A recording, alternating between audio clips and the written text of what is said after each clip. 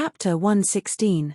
After discovering that 7 of the 9 wells in the village were full of water, the people of Linha village were very happy. Now they didn't have to worry about running out of water. They could even transport the water to the fields to make up for it. The positions occupied by the children were also not important. The 7 wells were full of people. One by one, they took off their shirts, bare-chested, and began to take turns to draw water. The water they drew was directly transported to the fields. As for the remaining 2 wells, one was missing a piece due to years of disrepair, while the other had not changed much. This situation was immediately reported to the county. They wanted to make an auspicious sign or something, but they were persuaded by the sinister county magistrate to keep it a secret. "Sir, don't think about this. Take a rest."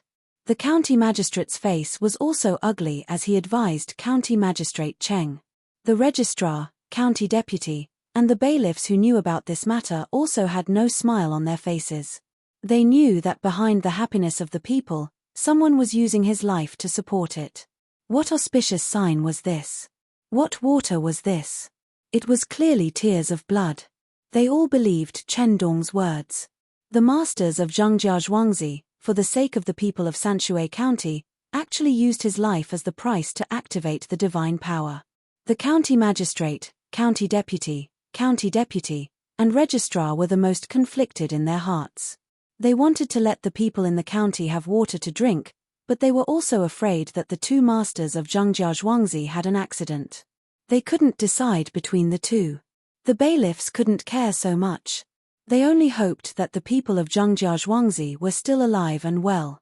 When they heard that the people of Linha County wanted to make an auspicious sign, they couldn't help but want to beat them a few times. "Well, Shuyang, there are other things today. Help me take a look. I will go to the back to check on some of the previous omissions." County Magistrate Cheng was the happiest, but also the saddest. He arranged for people to go to Zhongjia Zhuangzi. A village had water, but he had to worry about the masters of Zhongjia Zhuangzi. After the county deputy agreed, County Magistrate Cheng returned to his courtyard without another word. He dismissed the servants and found incense and candles alone. He brought them to the study room and personally ground an ink stick. He wrote the names of the 2 of them on a piece of paper and placed it on the table in the study room. He lit the incense and candles and then knelt there. "This unfilial student greets the 2 of you. I wish the 2 of you a long life. I swear that if any of the 60,000 elders in Sanshui County dare to disrespect the 2 of you, even if it means risking my life, I will not let them off easily." After that, County Magistrate Cheng kowtowed 3 more times before standing up. In the next few days, not only were the wells in Linha village filled with water, but many of the wells in other villages were filled with water as well. The wells that originally had more water, and the wells that didn't have water were filled with water. From time to time, someone would report this to the Yamen as an auspicious sign. The more the Yamen heard, the more upset they felt. "My lord, why don't we send someone to Zhongjia Zhuangzi and ask them to stop for a while and transport some water from other villages to those villages that are suffering from drought? Then, when the people have water, what should we do? This is exchanging lives for lives." A pregnant Yamen runner found County Magistrate Cheng and knelt there, crying and begging. Of course, he got the news from Chen Dong. His family had received a lot of benefits from Zhongjia Zhuangzi. His wife ate well and slept well. Zhongjia Zhuangzi even specially sent a woman to teach his wife some movements. He even taught her a few songs to sing, saying that it was good for the unborn child. If it were someone else, he would think that they were just messing with him. But Zhongjia Zhuangzi specially made it, so he didn't dare to have any doubts. How could he not remember this kind of care? At first, he thought that if one day Zhongjia Zhuangzi killed someone, he would pretend that he didn't see it. But now, he thought that if Zhongjia Zhuangzi wanted to kill someone, he would do it himself. When County Magistrate Cheng heard the bailiff's words, he did not know what to do for a moment. Chen Dong had come back and said that it was only this one time, which meant that the 2 masters of the Zhong family's farmstead would not die because of this one time. However, in the past 2 days, as the wells in some villages had more water and dried up, he felt the bailiff's anxiety. He originally wanted to have a long life, but Zhongjia Zhuangzi didn't agree. He didn't know the master's name, and he didn't know what the master looked like, so he could only give up. Looking at the Yamen runner kneeling there, County Magistrate Cheng suddenly had an idea. He said to him, "How about this? Tomorrow you bring some of the county's products that Zhongjia Zhuangzi doesn't have and give them to them. Also, help me ask if they want to stop. If they stop, I will issue a notice and ask the people to get water from other places. But if they say that they don't lack water, I will also issue a notice and ask the people not to go out at night and not to check if they hear any noise. What do you think?"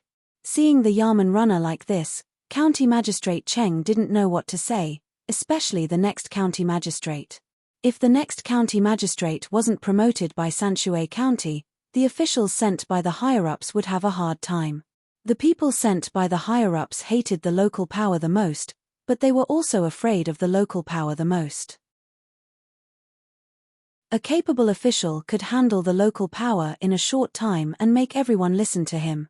A weak official could only ask for a transfer or join in the evil. If the next county magistrate wasn't Registrar Zhao, would he have the ability to take in Zhongjia Zhuangzi? He would be tired to death. The Yamen runner naturally didn't know that the county magistrate was thinking so much.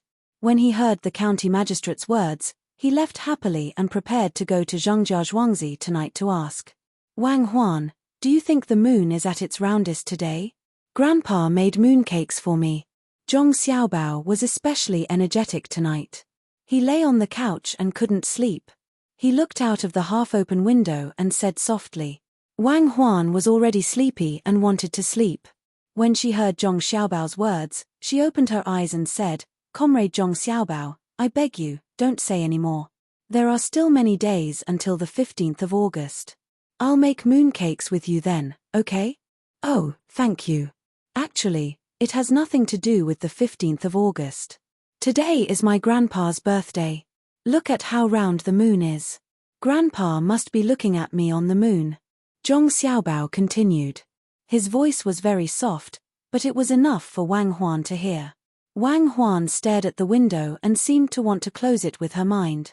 She turned her head and saw Zhong Xiaobao was still staring at the window. She said, "There's no one on the moon, right? Well, don't look at me. There's someone on the moon, but it won't be your grandpa. There's Chang'e, Wu Gang, and a living thing at home, not a rabbit. Which one do you think your grandpa is? Could it be the Apollo of the lunar kicking plan? Comrade Wang Huan, let me ask you, why are there so many graves in places with water?" Zhong Xiaobao changed the topic. "Xiaobao, you are a good man. The country is sorry for you. Don't hate the country. After all, these departments are composed of people, not machines. You have learned so much psychology. Don't you understand? I'm here with you. Take it as compensation." Wang Huan knew that Zhong Xiaobao would fall into a special thought when he thought of his grandpa. At the same time, he had made arrangements for the other side, so she said these words gratefully. Zhong Xiaobao shook his head. "What qualifications do you have to represent the country? How do you know that I love the country? What I love is a national complex. What I love is a kind of heritage. The Chinese nation is not a certain republic. What I protect is a kind of spirit, not a specific thing." Some people said that the four ancient civilizations were ancient India, ancient Egypt, ancient Babylon, and ancient China. Some people said ancient Egypt, ancient Greece, ancient India, and ancient Egypt. Some people said ancient Egypt, ancient Rome, ancient Maya, and ancient India. Some people said ancient Lulan, ancient Egypt, ancient Maya, and ancient Rome. These were not important. What was important was whose civilization was still being passed down. India. Their history needed to be filled in by the history of other countries. Maya. They only had words left, but they had lost the people who could interpret them. Egypt. They had almost lost their own words. They did not know how they originated. Babylon, it was conquered by the pagans. Who still remembered it? Rome. There was no arena. It was long forgotten. Lulan. Time passed. Who chased after time? Only one place still existed. From the records of Yang Huang to the mountains of reeds. The country I recognize is this. I am not proud of the glory of my ancestors. I am sad because I can't inherit it. Who dares to talk about civilization with China? Who dares to talk about food with China? I. Xiao Bao, the well exploded. Why did you remind them to use the fortune-telling compass to measure it? Just as Zhong Xiaobao was about to say something radical, Wang Huan suddenly interrupted and asked something unrelated to what Zhong Xiaobao was talking about. Zhong Xiaobao did not answer immediately. He stood there panting. After a while, he smiled at Wang Huan. People say that a good wife can let a man have no worries. I didn't understand before, but now I finally understand. When you are in high spirits, she knows how to pour cold water on you. When you are in low spirits, she knows how to cheer you up. When you are in low spirits, she knows how to. Xiao Bao, what is that compass used for? Is it a compass? Wang Huan interrupted Zhong Xiaobao again. Oh, you're talking about that thing? I really don't know much about fortune-telling. I didn't learn anything about fortune-telling back then. There really was a person in there. In the end, he misjudged a department head and was locked up. But I know one thing. That compass corresponds to the water patterns and magnetic fields. Usually, some fortune-tellers would find a compass and put it in a messy place. He thought that it was God's will that he couldn't predict the future. In fact, that place is usually a place with more water patterns. If you don't believe me, you can take a look. As long as you use that thing, you can dig out a coffin in a messy place. The orphanage was like that. They wanted to dig a fixed cellar, but after digging for a while, they found a coffin. At first, they didn't care about it and moved it to another place. You know what a fixed cellar is? It is an underground house built with bricks and cement. It is used as a vegetable cellar. But in the end, they found that it was full of water. The vegetable cellar was 2.5 meters deep, and 1.5 meters was water. In the end, they couldn't use it. Later, they wanted to make a well, which is a relatively old well. The one that uses leverage and air pressure. It is 3 meters away from the vegetable cellar. In the end, they drilled 12 meters and there was no water at all. Zhong Xiaobao finally recovered from the state he shouldn't be in and started talking about the compass. I know about this. There are some well-preserved ancient corpses. In fact, it is because there is water at the place where they are buried. The coffin itself is sealed well, but the water pressure underground is too high. It presses the water into the coffin and squeezes out the air inside. When the air is gone, the surroundings are sealed again. The water level drops, and the water seeps out. The seal is sealed again, and the inside of the coffin becomes a vacuum. When people dig it up, there is no oxidizing effect. The person inside is preserved very well. Wang Huan added. At the same time, she knew why Zhong Xiaobao asked people to use a compass to predict the future when they blew up the well. It wasn't for fortune-telling, but for water patterns. Chapter 117. In Sanshui County, water was flowing out of many wells. Some wells even collapsed, but there was no change in a few wells.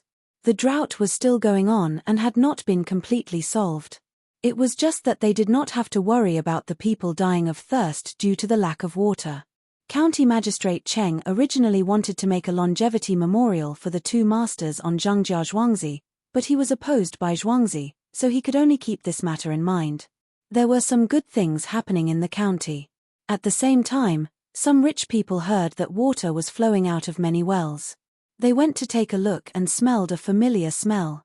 They thought it was firecrackers, so they went to buy hundreds of thousands of firecrackers. They found a dry well and threw them into it. In the end, there was only a short burst of sound, and then there was no other reaction. Looking at the smoke floating out of the well, they were sure that firecrackers could not be used to blow up the well. After smelling it again, they felt that it was not the same, so they could only give up. Originally, he wanted to find a way to help people get water out of the well to make money. The dock that Song Jingong was in charge of was still in full swing. It seemed that it would be finished by late autumn.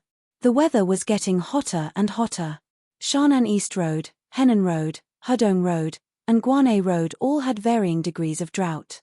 Guanay Road was slightly worse, but Shan'an East Road and Henan Road had the most severe drought. Hudong Road was also affected.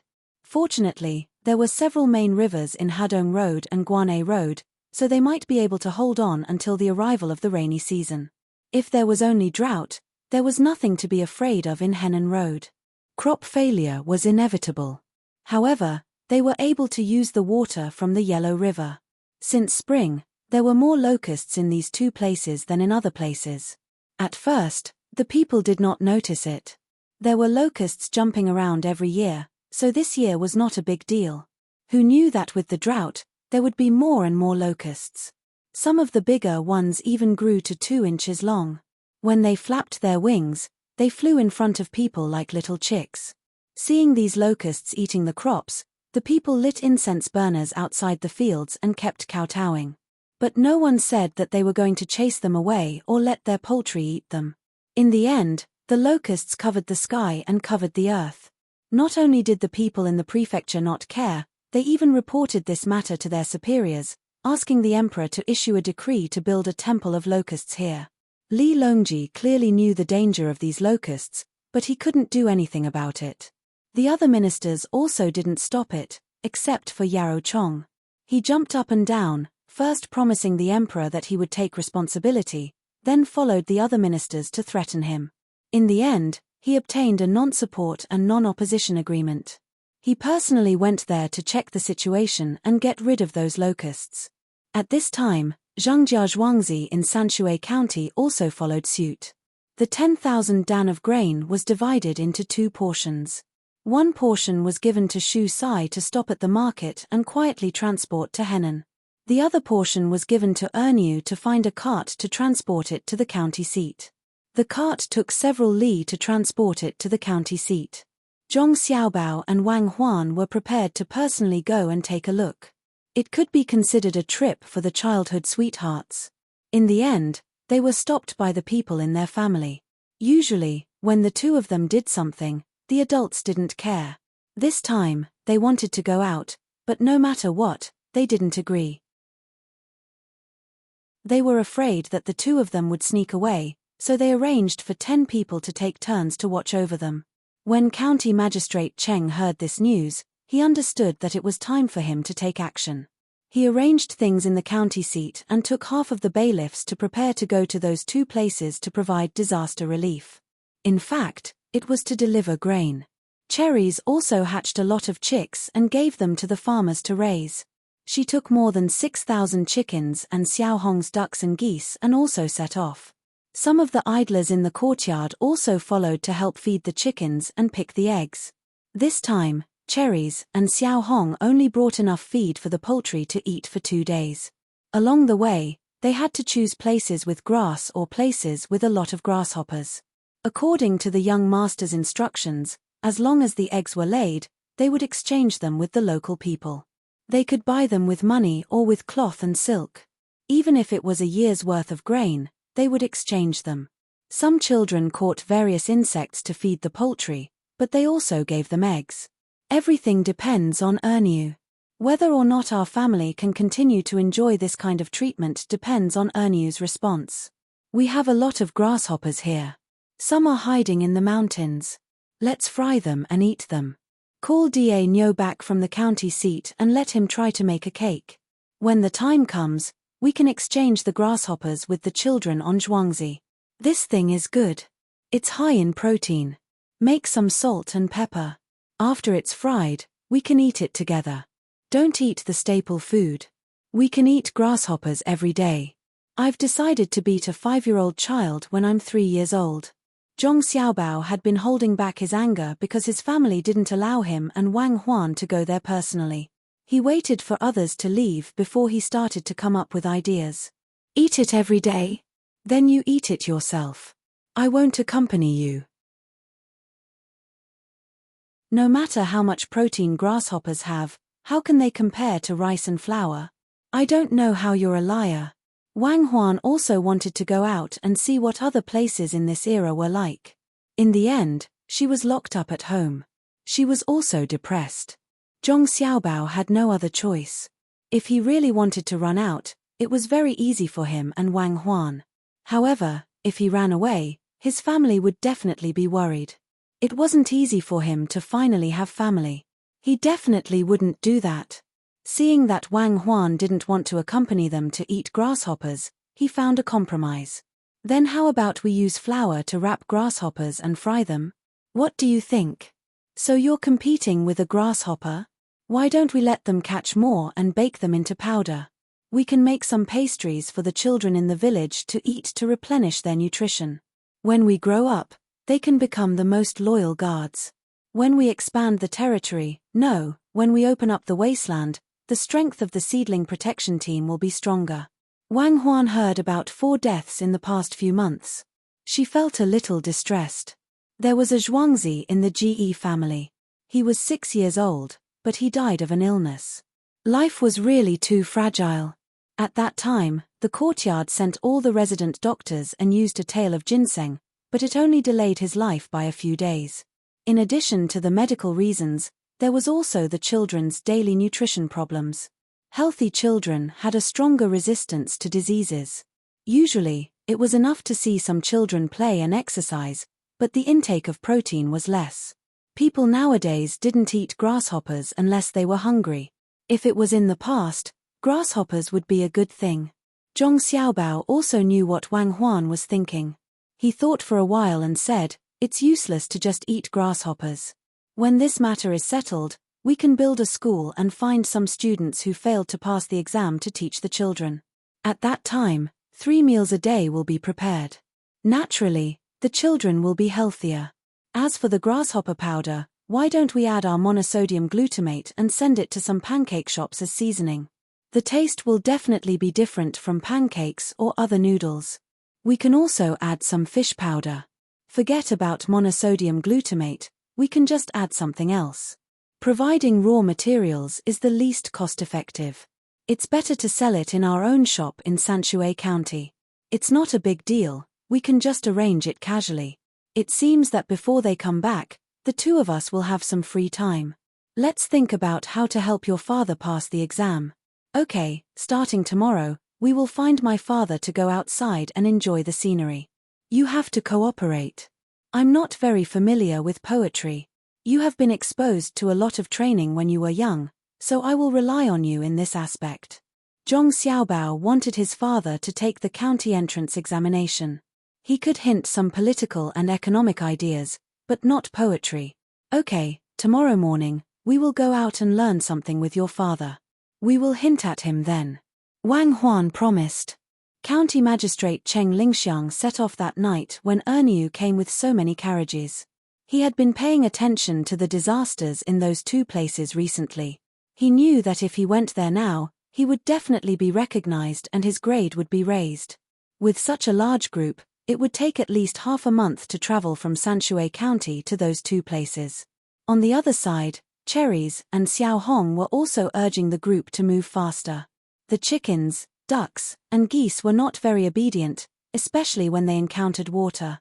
The ducks and geese always wanted to go in and play. Fortunately, Xiao Hong had a smart goose, Furry. It could understand whatever Xiao Hong asked it to do. It was busy, leading nearly 10,000 birds to eat as they moved. The people from the inner courtyard who followed them were also busy. They had to watch the left, right, and back of the group. Otherwise, it would be easy to lose a few birds. This was all money. When they encountered the fields on both sides of the road, as long as there were grasshoppers, Xiao Hong and Cherries would lead the birds to eat. With the meat, the birds naturally did not want the grains. They lowered their heads and ran around. As they ran, they could eat all kinds of insects that were chased over. Even if the locusts were flying a little lower, the chickens would jump up and eat them. Half a month later, County Magistrate Cheng's group arrived first. It could not be said that they had all arrived, as the carriages transporting grain were still behind. County Magistrate Cheng was preparing to contact the Prime Minister first, which was Prime Minister Yarrow Yu. He had already received the news that Prime Minister Yu had also come out of the capital and would be here soon. He was just in time to meet him. The only thing he was worried about was whether the grain would be transported in time. Xiao Hong and Cherries were also a little anxious. They were moving slower.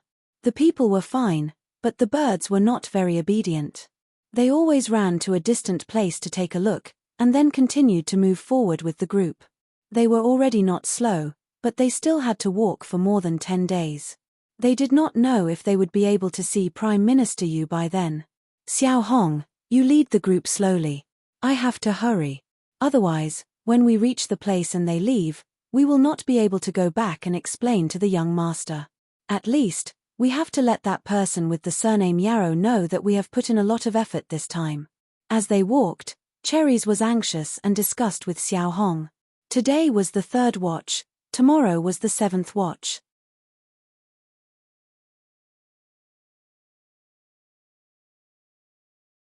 Chapter 118. Okay, Cherries, you go. I'll take care of the poultry here. Cherries, if you really meet the right Prime Minister, aren't you afraid? Xiao Hong also knew that she was too slow. She was clear about the situation in Zhuangzi. She was hoping that this time, she would be able to secure the position of Baihu. It was not only a matter of money, but also status. If the Zhong family said this, then they were people of high status. Therefore, she agreed to Cherries' suggestion. But she was also worried that Cherries would be scared when she went there. That was a high official, very high. Scared? What's so scary about that Yarrow guy? Is he more powerful than my family's young master and young lady? My family's young master and young lady are just a little younger. Otherwise, would that Yarrow guy dare to speak in front of my family's young master and young lady? Does he know how to hatch chickens? Does he know how to make fungus? Can he predict when there will be a drought? He's just occupying a good position. Cherries was more extroverted than Xiao Hong.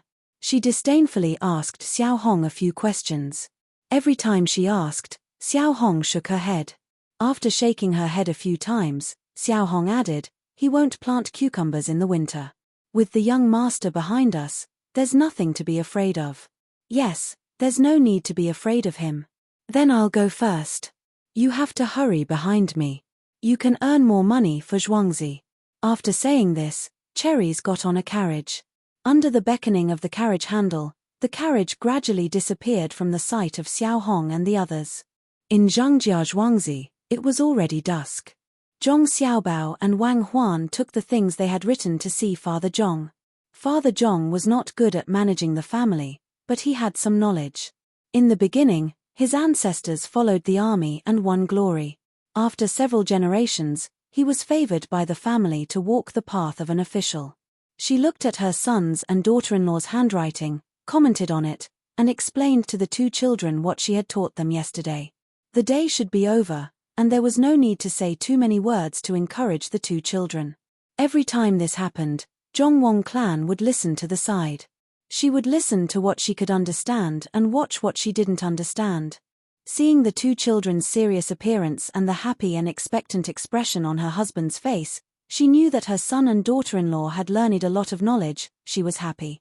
Father, I've been learning for the past few days. I haven't gone out to play with you.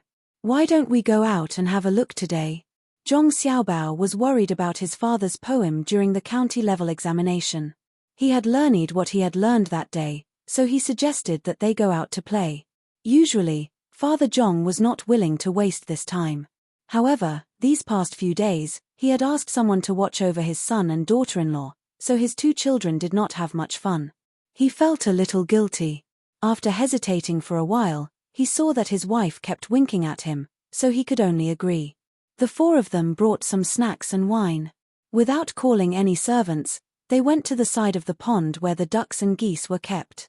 There were ducks and geese that returned home late playing in the water. They were all relatively small and were raised by the farmers. The children who were keeping the geese were nowhere to be seen. The 4 of them spread out the blankets they brought and sat around the pond. In the middle of the pond, there were snacks and wine. Zhongwang clan was naturally responsible for pouring wine for Father Zhong. Only the 2 of them drank some wine. Zhong Xiaobao and Wang Huan each held a piece of beef tendon and ground their teeth. Husband, the scenery here is so beautiful. Other places are still dry, but here there is no need to worry at all. Husband, compose a poem for this wife to listen to. Zhongwang clan at this time changed from her usual tough attitude and gently said to Father Zhong. Okay, then I'll compose a poem. Let's drink first and let your husband compose a poem. Father Zhong did not expect that his wife would ask him to compose a poem at this time. He was not prepared at all. He could only drink first and at the same time, try to think of what sentence to use. Xiao Bao, look at those withered flowers. Can you still dye the leaves red? Wang Huan began to perform at this time with Zhong Xiaobao. The two of them had long planned to help Father Zhong compose a poem during each season. Even if they said a few key points for Father Zhong to remember, it would be easier for him to write it during the exam. Zhong Xiaobao did not know much about poetry. Looking at Wang Huan's lips, he slowly said, "Why dye it red? It's already evening. Even if there are many sorrows in the heart, thinking of the flowers that have long left the branches, even if you urge a horse to travel to the ends of the world, you still have to know that the flowers that have fallen are not so heartless. At least, it will help new peanuts to grow in the coming year. Oh, so that is to say, the falling flowers are not heartless. Waiting for them to turn into soil, they can still protect the flowers from blooming?" Wang Huan continued. In fact, the two of them wanted to say that the vast and mighty sorrow of parting is at the end of the day. The falling flowers are not heartless. Turning into spring soil, they protect the flowers. However, Father Zhong did not know this. While drinking wine, he looked at the two children sitting there. Suddenly, he heard the words of the two children and an idea came to him. He said to the Jiangwang clan, "Qiao, let me tell you. Yes, under the setting sun, there is no need to worry about urging a horse to look to the ends of the world. How can the falling flowers be heartless? Instead, they become spring soil and protect the flowers. Husband is indeed amazing. Before the cup of wine is finished, you have already written a poem. Husband, drink slowly. Let me peel a prawn for you to eat." When the Jiangwang clan heard this, she was happy. Her husband was the most capable. While urging him to drink, she peeled a boiled prawn and brought it to her husband's mouth. Father Zhong's face turned red when he saw Wei Wei, but he did not know how to explain. He could only finish the cup of wine in one gulp and eat the prawn. Zhong Xiaobao and Wang Huan each gnawed on a piece of beef jerky and grinded their teeth. The Jiangwang clan watched as her husband drank the wine and ate the prawn. She said to the side, "Husband's ability is indeed extraordinary. Look, the lotus in the pond has already bloomed. Why don't you compose another poem for me? It will be easy for me to teach you this." "Okay, husband will compose another poem with wife. Let's drink first." Father Zhong was a little scared. This kind of impromptu poem was not so easy. He prepared to drink to delay the time. Zhong Xiaobao and Wang Huan quickly took out the beef jerky in their mouths and looked at each other. Wang Huan spoke first. "Xiaobao, this season is really good. It's already June. In June, I heard that the lotus will bloom, but hearing it and seeing it is different. Why do you think?" "Well, I think so. After all, it's already June. The scenery is different from other times. For example, spring, summer, autumn, and winter. Look, the lotus leaves are so big. With so many of them together, it seems like the water and the sky are the same color. It's so green. With the sunset, I think it's redder than the lotus. What do you think?" Zhong Xiaobao knew about this poem and directly hinted at it. Father Zhong was knowledgeable, but he lacked inspiration. Just now, he had been thinking of how to come up with a poem to satisfy his wife. After drinking 2 bowls of wine, he heard his son and daughter-in-law's conversation. Inspiration came to him again. "Madam, listen to your husband. That. After all, in June, the scenery is different from the 4 seasons. The lotus leaves that reach the heavens are green, and the lotus flowers under the sun are red. No, the last line should be the lotus flowers under the sun are red. Husband is really different from those people. You can compose 2 poems at once. It's a pity that the sun is about to set. It's really regrettable. Husband, let me make some radishes and dip them in sauce for you to eat." Jiang Wang clan praised again. At the same time, she dipped a very small radish in sauce and fed it to Father Zhong. Her eager expression showed that she still wanted Father Zhong to recite a poem. Zhong Xiaobao and Wang Huan saw their mother's expression from the corner of their eyes. They looked at each other and communicated with their lips. I remember that Du Fu wrote a poem called Sigh of the Summer Night. Why don't we take it out? It's not easy to guide. Wang Huan spoke first. How long is it? Zhong Xiaobao also asked with his lips. 24 lines. It contains a lot of things. Wang Huan replied. Then forget it. I don't have the ability to guide. Something simpler. Zhong Xiaobao immediately rejected after hearing so many lines. Then what should we say? I got it. Little Lise. Wang Huan was a genius after all. She learned more things than Zhong Xiaobao. What? Eunuchs? Zhong Xiaobao tried hard to think. Which eunuch was good? There was one with the surname Sima, one with the surname Zheng, and one with the surname Tong. What eunuch? Don't belittle eunuchs. Li Shangyin, do you remember? Wang Huan reminded. Oh, so it's. What does he do? Zhong Xiaobao pretended to be enlightened.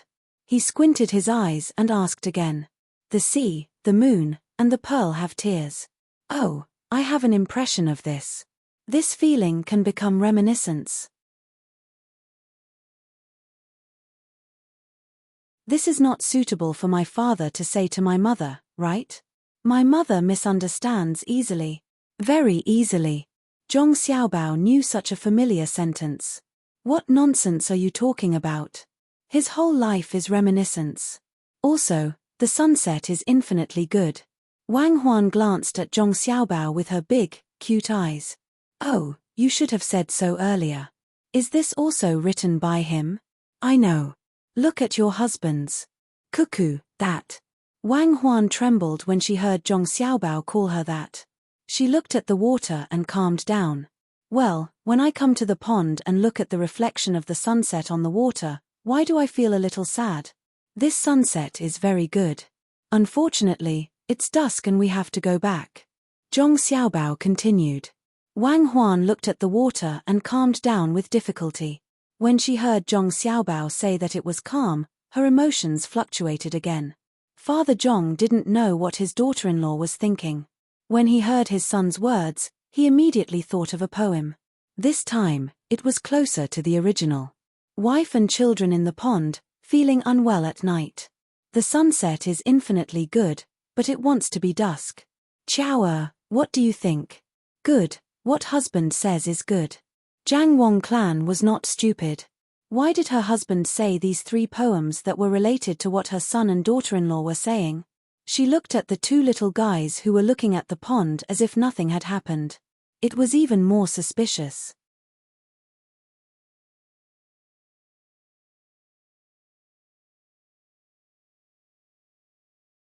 Chapter 119. The more she thought about it, the more she felt that something was amiss. If it was another family's child, she wouldn't have said anything, but how could she not know her own child?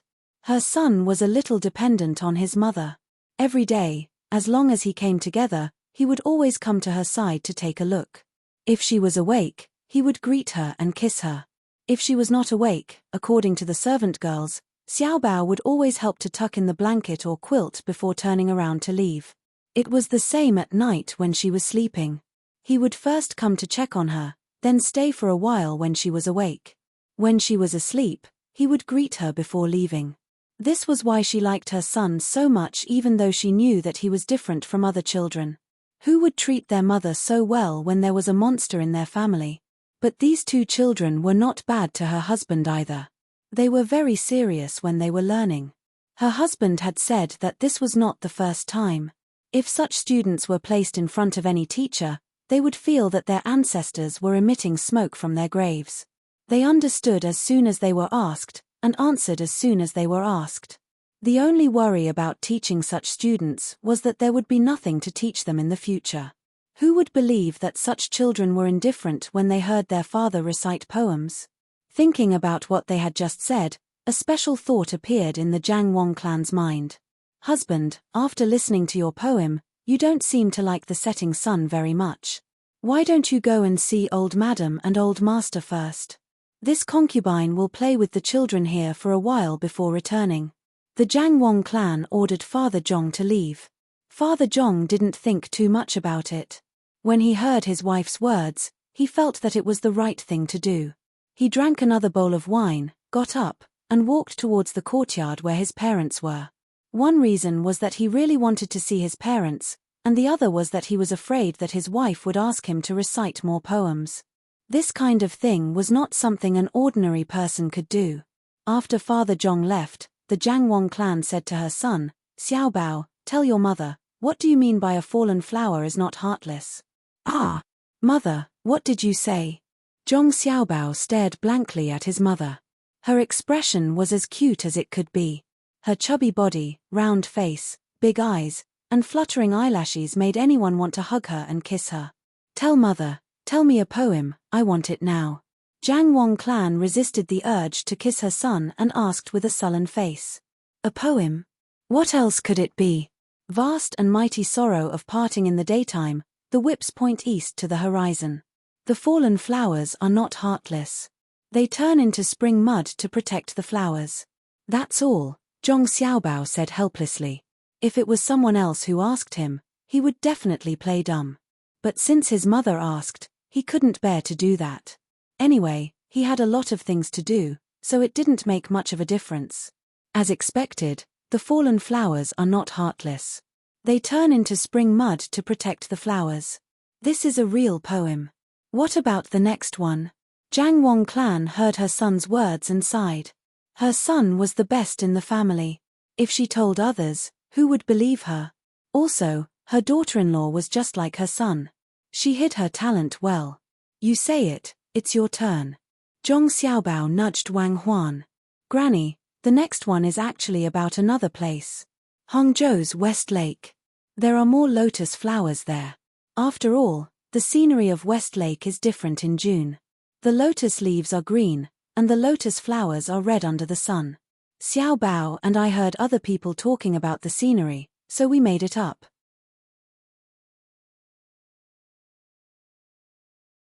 Wang Huan saw that Zhong Xiaobao had compromised, so she had to say it too.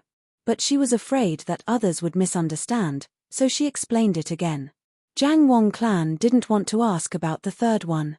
She already knew the capabilities of her two children, especially her daughter-in-law, Wang Huan. The fact that the rich family didn't need to buy land had already explained everything. Ever since these two Zhuangzi had two children, they had changed. Their business dealings and all kinds of schemes made her feel scared. The difference from what others thought was that these two children were her own, especially Xiao Bao. If there was something delicious, he would think of her first. If there was something useful, he would also bring it to her first. It didn't matter if they were monsters or gods, as long as they were her children, it was fine. "Xiao Bao, cuckoo, don't say these things to others in the future." Jiang Wang clan was afraid of losing her children, so she tried to persuade them. "Okay, I won't say it." Zhong Xiaobao and Wang Huan replied at the same time. They weren't fools, so they knew what to show to others. "That's good. Go back and sleep early. It's hot, so remember to ask Pomegranate to help you drive away mosquitoes."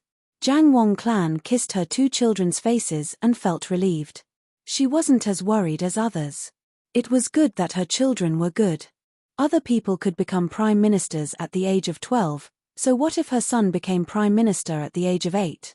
That person with the surname Gan could be promoted at such a young age, so why couldn't her children be even younger? Isn't it too scary?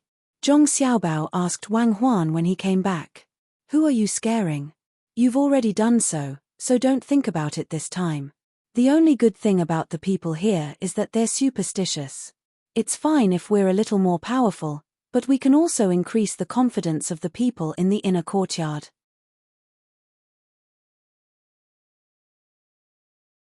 You have to know that they don't care whether you're a monster or an immortal. They just want to know whether you can bring them more benefits, both material and spiritual. Wang Huan was very clear-minded. It wasn't like she hadn't met an 8-year-old child who had helped her solve quadratic equations in 3 variables, and it was the kind that did it verbally. Young people weren't just for show.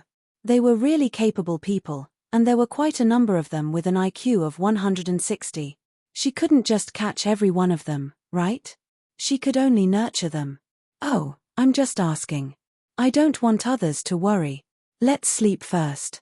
We still have to study when we wake up. We can't be uneducated. Zhong Xiaobao mainly wanted to find someone to talk to, and Wang Huan happened to fit his requirements. All right, let's sleep. Wang Huan agreed, and the two of them lay on the couch again. 2 hours later, the two of them were once again woken up by Pomegranate, and went to the study table together. Zhong Xiaobao finished grinding the grindstone, and found that Wang Huan was still motionless. He nudged her and asked, "What are you doing? Didn't you sleep enough just now? Then continue sleeping, one more day won't make a difference." "Who said I didn't sleep enough? I was thinking about how I can help you improve. I want the kind of fast speed. Looking at you, I know that you'll definitely choose to take the county scholar exam. That's not a simple matter. At least you have to know how to compose poems. You can't just rely on copying. People might not choose a place where you can copy. For example, if you were asked to write about a bug, how would you write it? You can write about anything, whether it's a flatland or a mountain peak. But would people think that it's a bug? That's a B. It doesn't seem to be a perfect classification yet. What do you think you should do when the time comes?" Wang Huan pulled Zhong Xiaobao's hand to the side and frowned as she spoke. Zhong Xiaobao also understood that if he wanted to learn these things quickly, it wouldn't be easy, especially when it came to poetry. This required a lot of accumulation. When he was young, he had never put in any effort in this area. When he grew up, he had been scamming people. Although he earned a lot of money, he didn't learn the basics. He couldn't say whether it was regret or fate. He wanted to take the county scholar exam, so he could only slowly work hard and accumulate some knowledge. Seeing that Wang Huan was thinking, he asked, "Then do you have any ideas? After all, you learned it yourself, unlike me. I learned all the practical things in prison. Who knows that the most practical things here are the least practical things back then? Don't worry, I'm thinking. I got it. Do you know the rhyme of a fisherman?" Wang Huan thought for a while and finally thought of something. "I don't know. Is it a fisherman in a lone boat, fishing alone in the cold river? Don't tell me you want me to draw something. This won't do. I don't have any foundation and am not interested in this area. I might not be able to learn it even if I studied it for a lifetime." Zhong Xiaobao denied. "What drawing? You are talking about the river. I'm asking about the rhyme of a fisherman. It's the rhyme of a fisherman. It's the rhyme of a pair of couplets. It's the spring festival couplets with horizontal scrolls. The sky is against the earth, and the rain is against the wind. The land is against the sky. Have you heard of it?" Wang Huan said to Zhong Xiaobao. "Yes, I know. I heard a few lines when I was eavesdropping on other people's lectures. I remember this. At the end, it's thunder and mist. The sun is against the sky. Am I right?" Zhong Xiaobao immediately reacted. "Yes, it seems like you were very serious when you were eavesdropping when you were young." Wang Huan praised. She had already heard Zhong Xiaobao talk about his childhood experience. Zhong Xiaobao understood this time, but felt that something was wrong. He thought for a while and said, "It's the Tang dynasty now. What's the use of asking me to write couplets? I'm writing poems." "You are so stupid. Are there no couplets in poems? For example, modern poems are strictly required to have a couplet, especially metrical poems. The couplet itself is like that. Do you understand?" Wang Huan knew more about this than Zhong Xiaobao. After all, she was a master's student. No matter what she studied, some things were written in textbooks. Moreover, her family was not ordinary. She had to learn all kinds of things since she was young. Perhaps she did not have the special talent of Zhong Xiaobao, but when it came to basic education, 10 Zhong Xiaobaos added together could not compare to her. Zhong Xiaobao also knew that Wang Huan's family was rich and powerful. She learned a little bit of everything. Seeing Wang Huan's serious expression, he knew that the person who accompanied him here would not harm him. He could only admit, "I don't know. I will listen to whatever you say. At least in this aspect, can you tell me how to practice?" "Yes, it's good to know your own shortcomings. First, recite the couplet of the old man. I could recite from beginning to end at the age of 4. I even won first place in the city's competition. It was not because of my family's power, but because of my own ability." Wang Huan admired Zhong Xiaobao's attitude. He admitted what he did not know. Such people were the most terrifying. They would work hard to learn to regain their self-esteem. Zhong Xiaobao asked sincerely, "Do you still remember? Teach it to me. After I learn it, I will find a way to let my father know." "All right, learn from the beginning. Heaven versus earth, rain versus wind. Niu Nu is on the left and right of the Milky Way."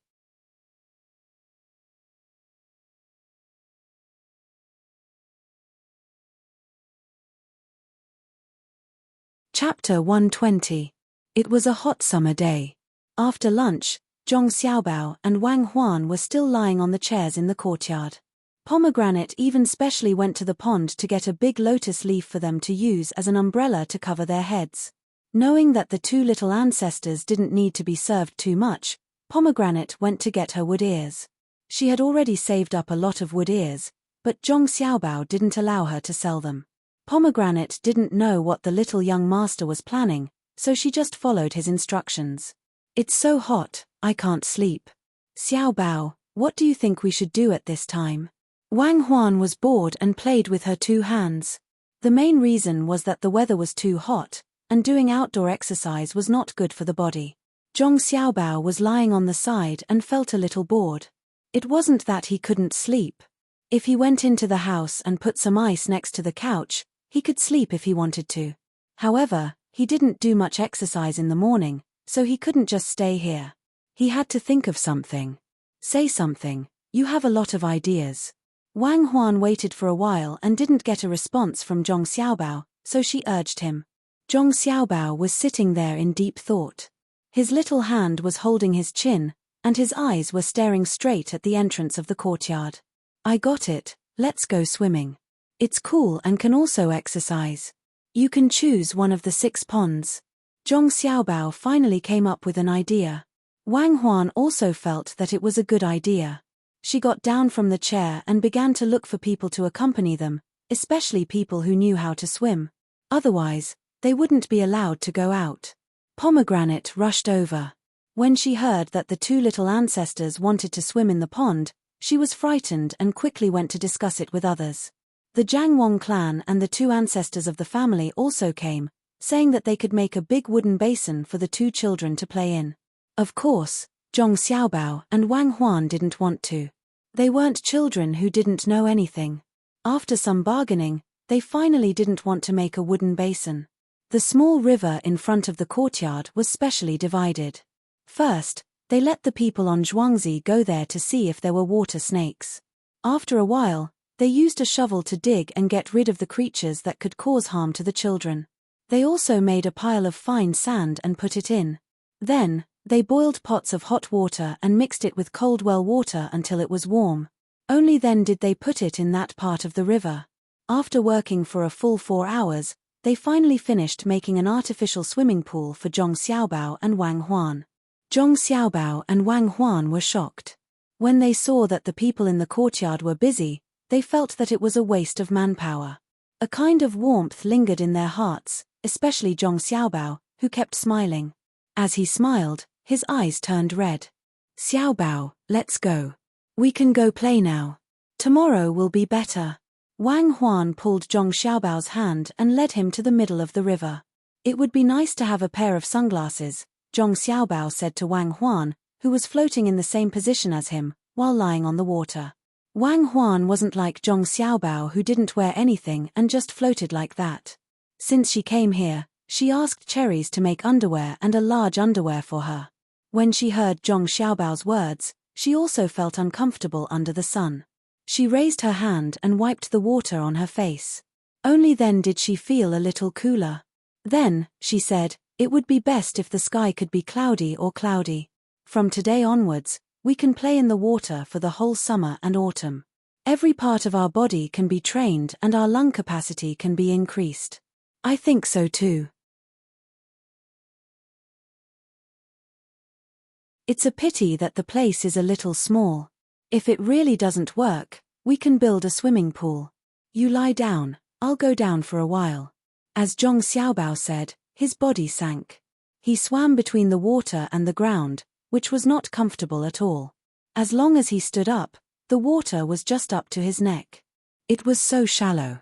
Pomegranate followed Zhuangzi to the water. A person who was good at swimming watched from the side. At first, he thought that the two young masters just wanted to play in the water. Who knew that after the two little ancestors entered the water, they swam in all kinds of postures. The person who was good at swimming was confused. He had never heard that the two young masters could swim. Could it be that they practiced when they were bathing? Pomegranate didn't think so much. No matter what the two young masters did, she could accept it. Not to mention swimming, she felt that it was reasonable for them to fly in the sky later. At the same time, Pomegranate also felt relieved. She didn't need to worry about the two little ancestors. They were different from other children. Even if they fell, they would never cry. At night, they even knew to use wine soaked in medicine to rub themselves. Wang Huan lay down for a while and also swam back and forth a few laps. When she was tired, she lay down on the water with Zhong Xiaobao and said, "Xiaobao, let's play with the couplet. You're bad at this. You say the first line, I'll match the second line." "Okay, my first line is swimming fish in the water." Zhong Xiaobao worked hard to learn. If there was an opportunity, he naturally wouldn't let it go. "Then I'll match the second line, walking beasts stare at the shore of the pond." Wang Huan immediately matched. "My first line, green leaves Weiwei reflects the sunshine." Zhong Xiaobao matched the first line. It was simple, he just had to randomly say one. "My second line, green worm pupa and pupa together at night."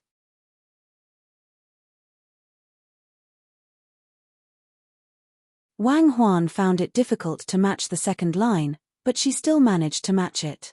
"The toad in the field lies down. The child on the ridge chases. The cunning rabbit builds its nest in the forest. The clever fox hides under the tree." Say it, the first line. "Why aren't you saying anything?" Wang Huan was still waiting when she saw Zhong Xiaobao turn around and dive into the water with his face down. "Hurry up and say it." Wang Huan reached out and touched Zhong Xiaobao. "Say what?" "Pomegranate, bring some beef jerky for Cuckoo to eat." Zhong Xiaobao stuck his head out and shouted at Pomegranate, who was on the shore. Pomegranate turned around and left. Wang Huan didn't know why, but she touched Zhong Xiaobao again. "Why did you bring me food? I'm not hungry." "Match the couplet." "You're not hungry? If you're not hungry, why do you always eat me? When I say fish, you get a beast to watch. When I say tree leaves, you say worm. When I say toad, you say child. When I say rabbit, you say fox. I'm eaten by you. What else do you want to match? That's not right." Zhong Xiaobao complained. "This was too much of a bully. How can you play with me like this? I won't eat you, okay? I'll protect you. Hurry up and match." Wang Huan didn't realize that she was talking about eating Zhong Xiaobao's food. She laughed and sank into the water. She swam up and held Zhong Xiaobao's stomach to persuade him.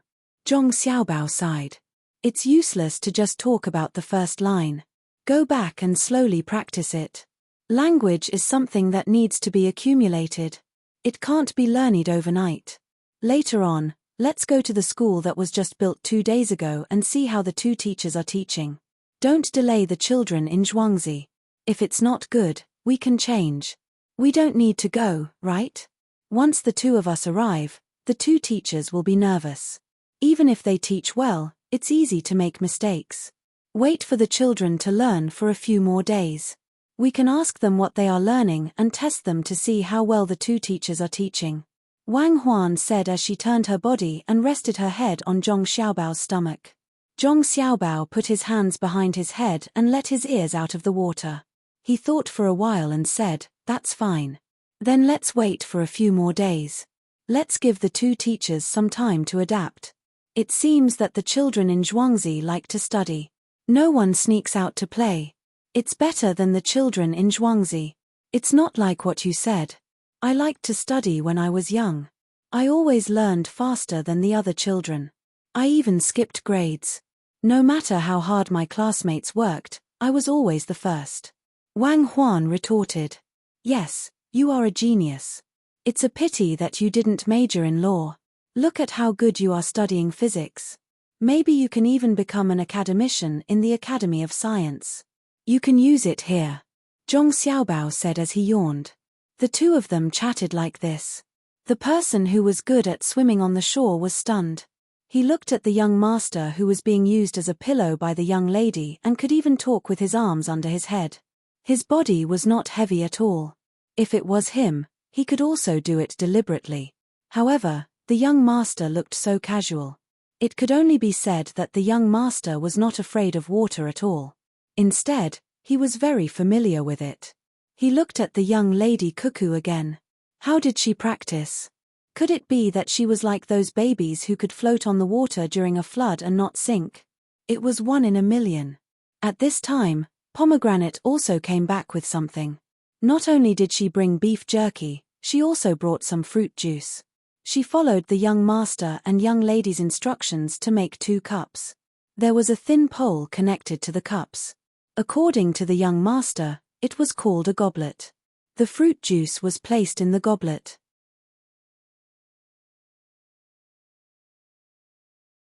A thin bamboo tube was inserted into the goblet, and one could drink it with one's mouth. The only difference was that the young master and young lady complained that the goblet was not transparent. It was different from what they said. Zhong Xiaobao and Wang Huan had swum enough. It was not good to stay in the water for too long. They swam to the shore and lay on the chairs that were moved here. They picked up the fruit juice and drank 2 mouthfuls. Looking at the fields in the distance, they really had a special feeling. Xiaobao, do you think that the fields of the ordinary farmers near our house had a bad harvest this year? If we go and buy them, will they sell them? I'm not saying that we will drive them away after buying their fields. What I mean is that we will connect those fields with our own and let them become farmers. We are different from other owners. We will not exploit that little bit of food. We can provide them with new ways to become rich. After the fields are taken, they can be unified and the output can be increased. They can also do some things in the winter. For example, they can find new technologies in the future and build greenhouses. That piece of land is not bad. Especially a very low-lying place. The area is not small. We can make an artificial lake. When the time comes, we can work together with the restaurant. If they don't want to stay in the restaurant, they can set up tents by the lake. Prepare a charcoal fire for them and let them barbecue by themselves. Gentlemen stay away from the kitchen because they can't bear to kill, not because they can't cook. Wang Huan had a piece of beef jerky in her mouth. Her eyes were looking at the place in the distance that did not belong to Zhong Xiaobao and Zhuangzi. She suggested to Zhong Xiaobao. Zhong Xiaobao's eyes were also looking in that direction. When he heard Wang Huan's words, he nodded and responded to Wang Huan, "Well, what you said is really good. It's a waste to give it to others.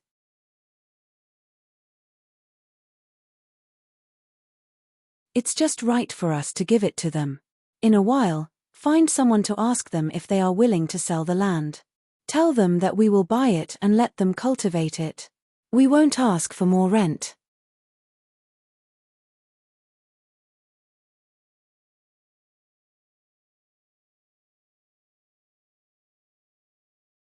Chapter 121. Zhong Xiaobao and Wang Huan both had an idea and sent someone to ask. At night, the person who went to ask came back, but his expression was not good. He said to Zhong Xiaobao and Wang Huan, "Little young master, little miss, I went to ask. It just so happened that they were not at home. There are only a few people who can't make decisions at home. I waited there, and when they came back, before I could tell them why I was there, they told me happily that they had sold the land today for a good price, and that they would not have to leave this place in the future.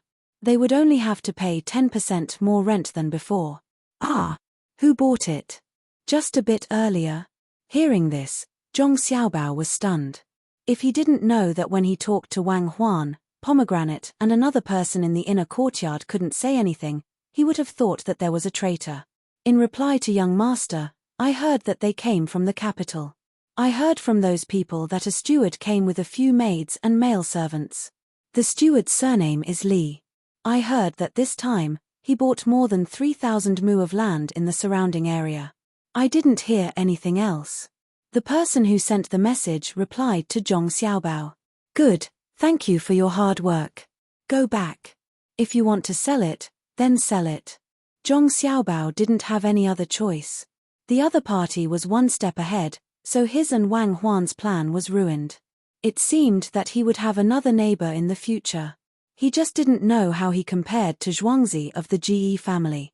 After the person left, Wang Huan pouted in disappointment. She said to Zhong Xiaobao, Li, this surname is not ordinary. Could he be a relative of the imperial family? That's troublesome.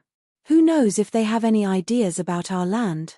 Our family's 100 households are still there. What if they use this as an excuse to annex our land? Want to annex my land? Dream on. I'll fight it out with them. If they really want to use this as an excuse, then don't blame me for being ruthless.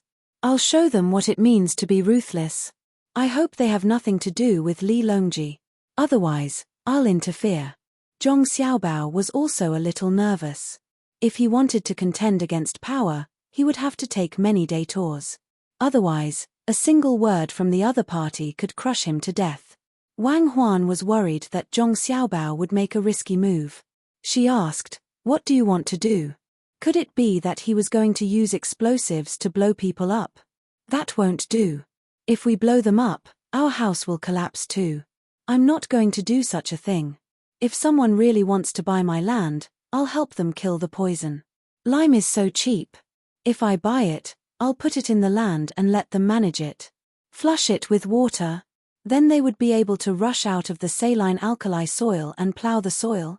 I'll plow in the lime first. If they can think of transporting soil from other places, then they are smart.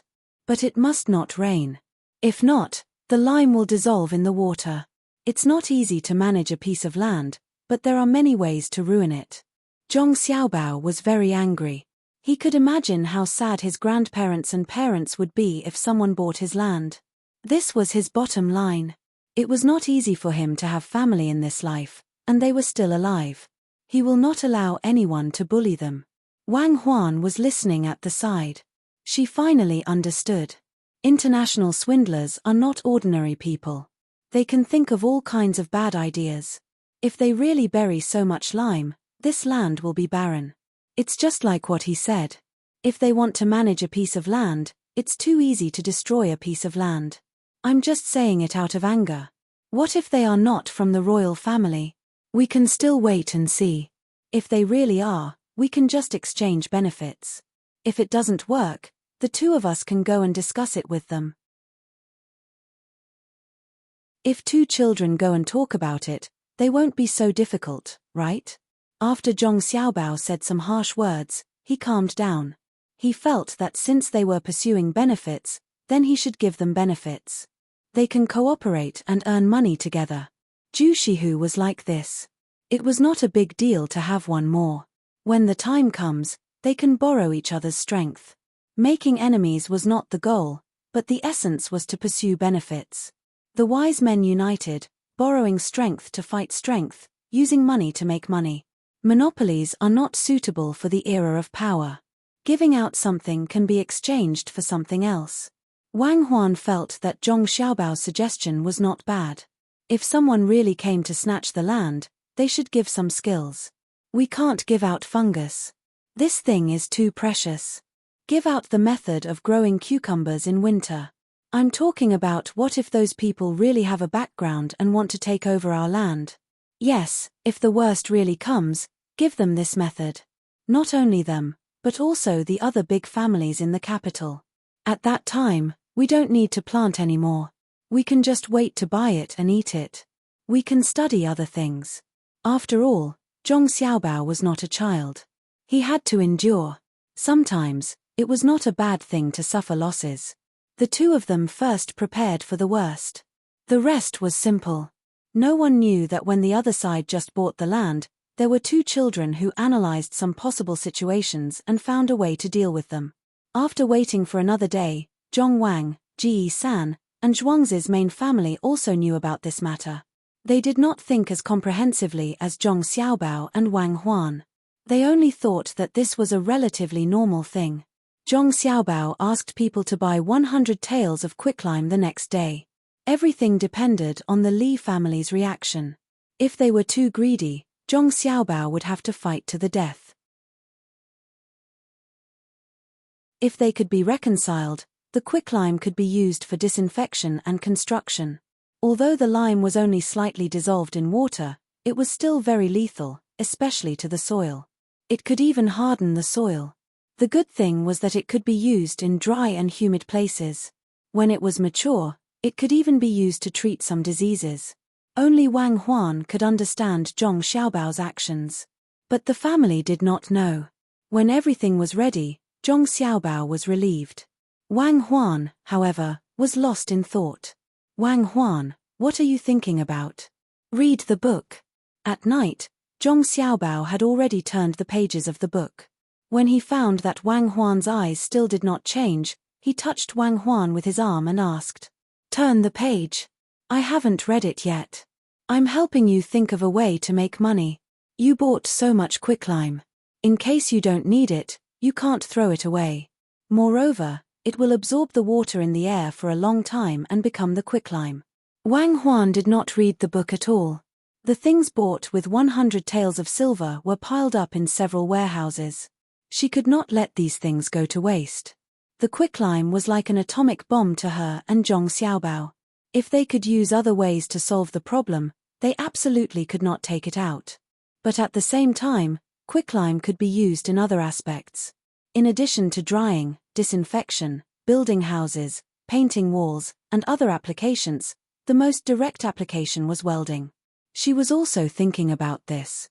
Hearing Zhong Xiaobao's voice, she said to Zhong Xiaobao, "Do you think we can make a brazier if we find a jar that is better sealed? Put quicklime and carbon together, and then find a way to turn them into calcium carbide. Then we can use it to make brazier. Then we can make better sealed things in the future. Is there a good sealed thing now? That thing is the one who made the welding." Zhong Xiaobao was not clear about these things. He had not systematically studied these things. The source of all his knowledge was from his own research. But he had never checked this information. When he heard Wang Huan say so many things, he was confused for a while. Then he asked, "How does calcium carbide come out? Does it use electricity? That is to say, we have to study electricity first. Why do we have to use electricity? There are two methods. We can use high temperature to heat the carbon and lime. As long as they reach a certain temperature, it will be easy to reach a certain temperature. That is, add oxygen." Wang Huan was clear about this matter and explained it to Zhong Xiaobao again. "Add oxygen? Where does the oxygen come from? I know this too. Heat potassium permanganate, but where is potassium permanganate?" Zhong Xiaobao was still full of doubts. "In theory, yes. In fact, the most important thing is to reach a certain temperature. We can find a way to make the temperature reach this level. Other people can make steel. Besides the forging method, we can also increase the temperature. For example, we can use the method of blowing charcoal. If we don't try, how do we know if it will work?" Wang Huan once again guided Zhong Xiaobao. Zhong Xiaobao still did not understand. He knew about blowing charcoal, but what about the container? Where can we find a suitable container at such a high temperature? Then what are we going to use? It can't be melted by the heat, right? Stupid, of course we use ceramics. What about the pressure? Can ceramics withstand such a high pressure? I know you want to make a container, but I am afraid it will explode. Zhong Xiaobao was now able to follow Wang Huan's train of thought. The pressure is easy to solve. You just need to make the walls of the ceramics thicker. Some parts will break directly, some will explode, and some will remain. As long as there is a little bit left, then our plan can be carried out. If we can get one result out of 1,000 experiments, then it will be a success. Wang Huan also understood how difficult it was to do this, but she did not want to give up until she had tested it. Even if all the experiments failed, she could still gain some experience. All right then. I'll send someone to get it done early tomorrow. It won't cost too much. If it's really done, I believe it will allow our village to develop even more. Keep it a secret. This kind of technology cannot be leaked no matter what. Zhong Xiaobao did a simple calculation of the cost of firing ceramics. He felt that as long as it was not a famous type of ceramics, the cost could be easily supported. When Wang Huan heard Zhong Xiaobao's words, she felt that his support for her was not small. She was also happy. She thought for a while and said, "But we can't always use ceramics. When testing the pressure, we can use some of the original materials here to gain additional benefits." "Well, I will listen to you. Just be careful and don't get into trouble." Zhong Xiaobao entered a field that he was not clear about. He could only trust Wang Huan.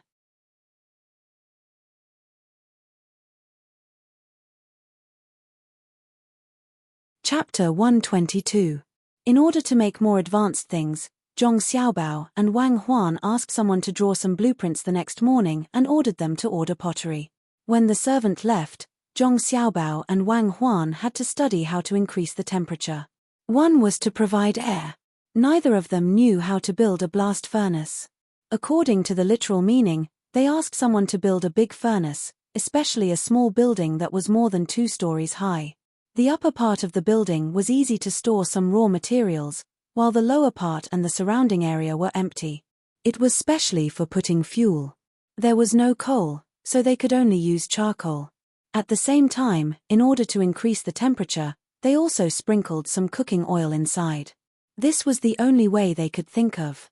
Using this method, the refining might fail or succeed, but the biggest possibility was that it would explode. Therefore, this furnace was built in the most remote corner of Zhuangzi. "Xiaobao, do you think it will succeed? What if it can't withstand the pressure and explodes?" No matter how Wang Huan looked at the blast furnace, she felt that it was unstable. Other people's blast furnaces were made with heat-resistant materials. Their counterfeit version was really not safe. Zhong Xiaobao also did not think that it would succeed on the first try. This was not a scam. If it worked, it would work. If it didn't, it wouldn't. There was nothing to discuss, but he still had to do it. "I don't know either. I think the possibility of failure is the highest. It's nothing much. Any progress will end with failure. What I mean is to invite those who are good at making ceramics and let them work harder. Also, there's the blacksmith. It's just temperature and some things to add. Well, ask them to pay attention to safety. There is hope as long as people are alive. If things are gone, it's just a matter of material conversion. For us, it's just a matter of money." Wang Huan also felt the same. Even if they knew that it would fail, they still had to do it. The speed of making things was not slow. A few days later, some equipment was sent. Some were made of iron, and some were made of ceramics. For this, Zhong Xiaobao took out hundreds of bolts of silk, which was only a few dozen taels of silver. It was not much. The experiment also began after the arrival of these things. Accompanied by the sound of explosions, the purchased equipment broke down one after another. For 2 days, other than knowing that no one was injured, there was no other good news. Zhong Xiaobao and Wang Huan would take some time to come over every day to take a look. They were afraid that someone would be hurt. It was fine if the equipment exploded. It was just money, but people were very precious to them. As the sound rang out again and again, everyone became numb. Zhong Xiaobao and Wang Huan were hoping that one of them would succeed, while the others were doing it mechanically. This was not in line with the nature of scientific research, but Zhong Xiaobao and Wang Huan had no other choice. They were all here to work, and they couldn't possibly expect them to be scientists. When another explosion sounded, the blast furnace also blew up. Zhong Xiaobao and Wang Huan asked everyone not to go over first. After an hour, they came closer to watch. "Little master, all the things are broken, and only this one is left. It's still fine. Can this be used?" A man on Zhuangzi picked up something from the ruins and carried it to Zhong Xiaobao and Wang Huan. Zhong Xiaobao and Wang Huan looked at it and found that it was suitable for an iron furnace. It was sealed well and did not explode. They called a blacksmith and asked, "Why is this still intact?" The blacksmith was more experienced. After checking it, he replied, "The wall of this is a bit thick. It should be made by an apprentice. It was not done well at all." When the apprentice made the seal, his craftsmanship was also a bit poor. He used lead as the seal, instead of directly using the iron method to seal like some good blacksmiths. Oh, so that's how it is. He used lead as the seal and made the wall thick. Good, good. Now that the welding can't be done, we can only continue to build the blast furnace. But this thing is very useful. Find the apprentice and let's see. At this time, Steward Zhong heard the little master's whisper and said to the blacksmith. He did not know why the little master wanted such a useless apprentice. His words frightened the blacksmith. He begged, "Steward Zhong, he's just an apprentice. He's not bad at all. He's also very filial. Please be magnanimous and let him go." The blacksmith thought that Steward Zhong was going to make trouble for the child. Even if the apprentice was not Zhangjia Zhuangzi, it was still very easy for such a big Zhuangzi to deal with an ordinary person. For a moment, Steward Zhong did not know what to say. He looked at the little master standing next to him. Zhong Xiaobao felt that Steward Zhong was not coordinated with him and could not understand his intention. Wei Wei shook her head and waved her hand. When Steward Zhong saw the little master's two movements, he immediately thought about it. What did it mean? Normally, it meant to refuse. Of course, the little master and little madam refused. But in the past, the little master and little madam would not do this to others. The two little ancestors never did things that were ruthless. They were good to the people in the yard. They were good to the point that they left oil lamps for the people who kept watch at night and provided at least 4 meals for the people who worked hard. They were also good to the villagers. The gifts given during the holidays were all paid for by the little master and little madam. They were not bad to outsiders either. Those Yamen runners actually cared about everyone. Yesterday, they even sent 5 coins worth of ginseng to a Yamen runner's house. The Yamen runner's father was sick and needed the ginseng. 5 coins. That was bought with 800 copper coins. They let someone ride a fast horse from the manor and rush all the way to the Yamen runner's house to deliver the ginseng. The little master could do this, so why couldn't he tolerate an apprentice? This was absolutely impossible. Then why did he shake his head and make a gesture? "Steward Zhong, please do me a favor. That apprentice is the son of an old friend of mine. If you really want to find fault, just find me. I'll take the blame for him." When the blacksmith saw that Steward Zhong was standing there silently, he was really anxious and almost knelt down to beg. Steward Zhong hummed and dealt with the blacksmith while looking at the little master. Zhong Xiaobao was angry. "You, a steward, can't understand the master's intentions? What are you doing?" Usually, they would come to his yard at least once a day. If it were xiao hong, cherries, or pomegranate, they would have known. Helpless, he could only pick up the charcoal from the ground and write the words Jiao Lai on his clothes. As soon as he finished writing, he blurred it with his hand. This did not affect Steward Zhong's judgment. When he saw the 2 words, he understood. He said to the blacksmith, "Blacksmith Ari, don't be anxious. They are not looking for trouble with your apprentice.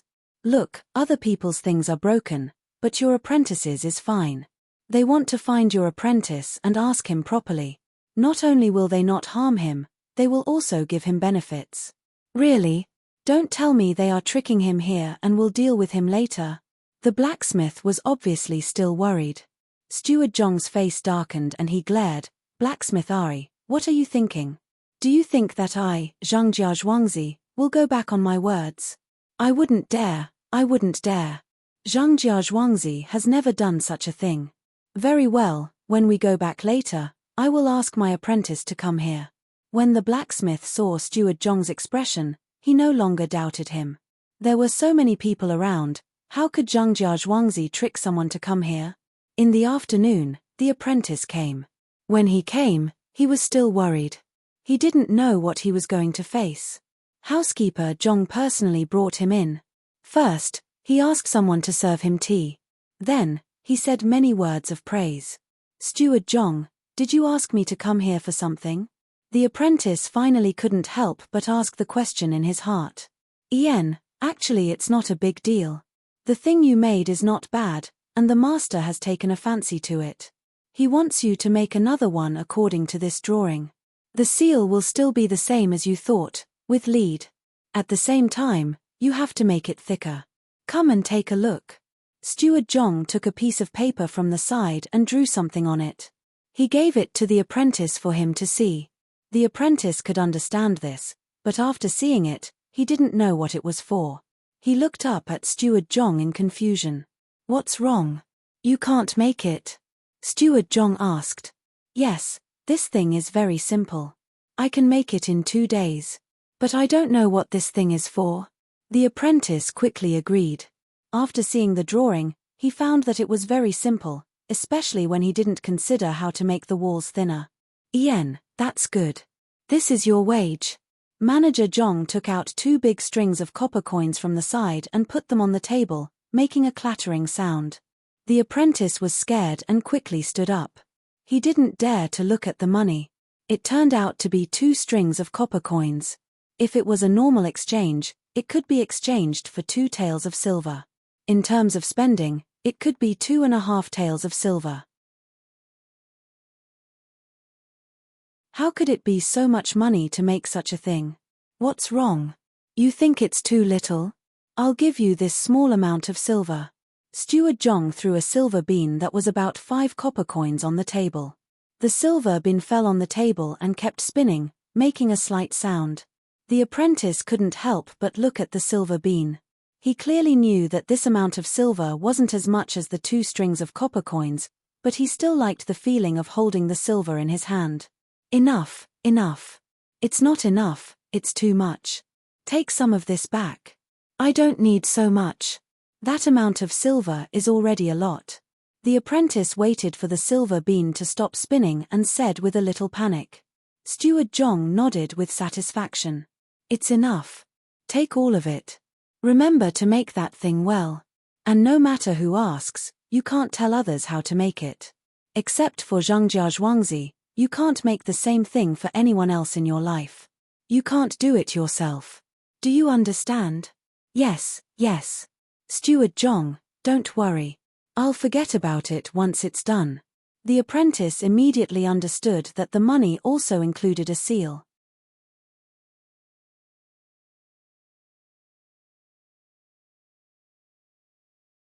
Chapter 123. After the apprentice left, Steward Zhong still had a lot of questions in his heart. Why did the young master spend so much money to get someone to do this? Why did he have to seal his mouth? Could it be that this thing was related to something important? After thinking for a while, Steward Zhong still couldn't figure it out, so he had to give up. Thinking that the young master wanted to get a few rabbits, he immediately ordered someone to arrange for them to be bought. He didn't know what was so good about these rabbits. The rabbits were brought first. Zhong Xiaobao called Wang Huan to the place where the rabbits were kept. He said to Wang Huan, "Didn't you always ask why I can dodge the sniper's attack? In fact, there are only 2 reasons. One is that I love life too much. I have to live to fulfill the last wish of the headmaster, so when I encounter danger, I always have a premonition. The other reason is that I learned from an old man in prison. He asked me to watch the rabbits. When the rabbits change directions while running, they give people an illusion. During the process of changing directions, you can feel several postures. One is to move left and right, one is to suddenly accelerate, one is to suddenly stop, and the last one is to turn over. Turn over. It's stupid. Usually, when rabbits run like this, it's when they encounter danger. It turns over and waits to be caught." In the beginning, Wang Huan listened carefully and nodded from time to time. However, when she heard the later part, she felt that something was wrong. Zhong Xiaobao smiled and said, "When a rabbit turns over, it's not waiting to be caught. At that time, it's a fight to the death." Whether it lives or dies, it's decided in an instant. When a rabbit kicks an eagle, it can kick the eagle to death. Usually, there are 3 situations. 1 is that the eagle doesn't kick, and the rabbit dies. 2 is that the eagle has already caught the rabbit, and the rabbit and the eagle die together. The last one is that the eagle is kicked away. As for whether it would die or not, that would depend on the eagle's body. Basically, an eagle that was kicked by a rabbit wouldn't live for long even if it didn't die immediately. What I learned was not only how to avoid snipers, but also how to deal with enemies and paralyze them. This time, Wang Huan did not refute. She knew about this as well. Although it was rare, if it really did happen, eagle would definitely not be able to survive. Even the weakest thing could kill a strong enemy. This could also be called an asymmetrical war. As long as I have a few atomic bombs and hide them well, you won't dare to do anything to me. The smaller the country, the greater the deterrence. Xiao Bao, what does your master do? They actually let you observe these things? Wang Huan was now curious about the people in Zhong Xiaobao's prison. Nothing much. He's more than 120 years old. He used to be a little monk on the mountain.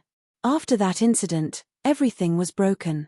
He was also an orphan, so he could only walk around and see. He was satisfied with just a bite of food. After that, he started to read people's fortunes. Oh, so he didn't calculate correctly and was seen through. Wang Huan said. Wrong. He was locked up because he calculated correctly.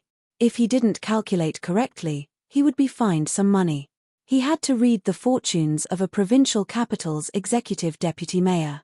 In the end, he said that the evils of heaven can be forgiven, but the evils brought on by oneself are the hardest to bear.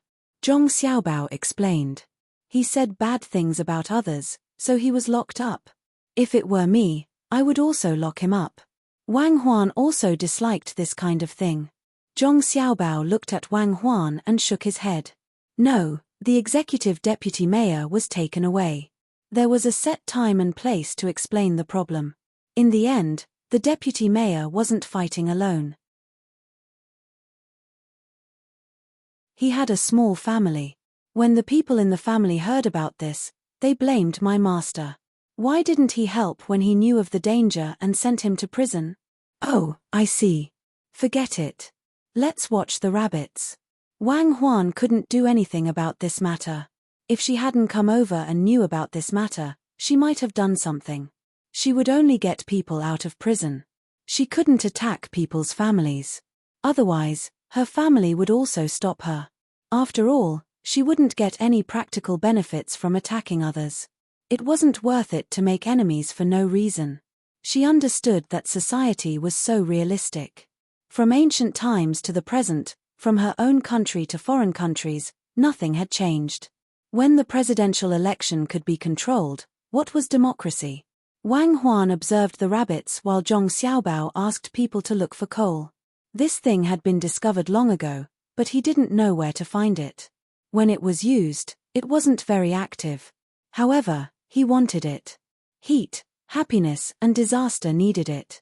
Xiaobao, is this rabbit sick? Why doesn't it like to move? I've been staring at it for an hour, and it hasn't moved much. Wang Huan turned to look at Zhong Xiaobao and asked. I'm not a doctor. I don't know if it's sick.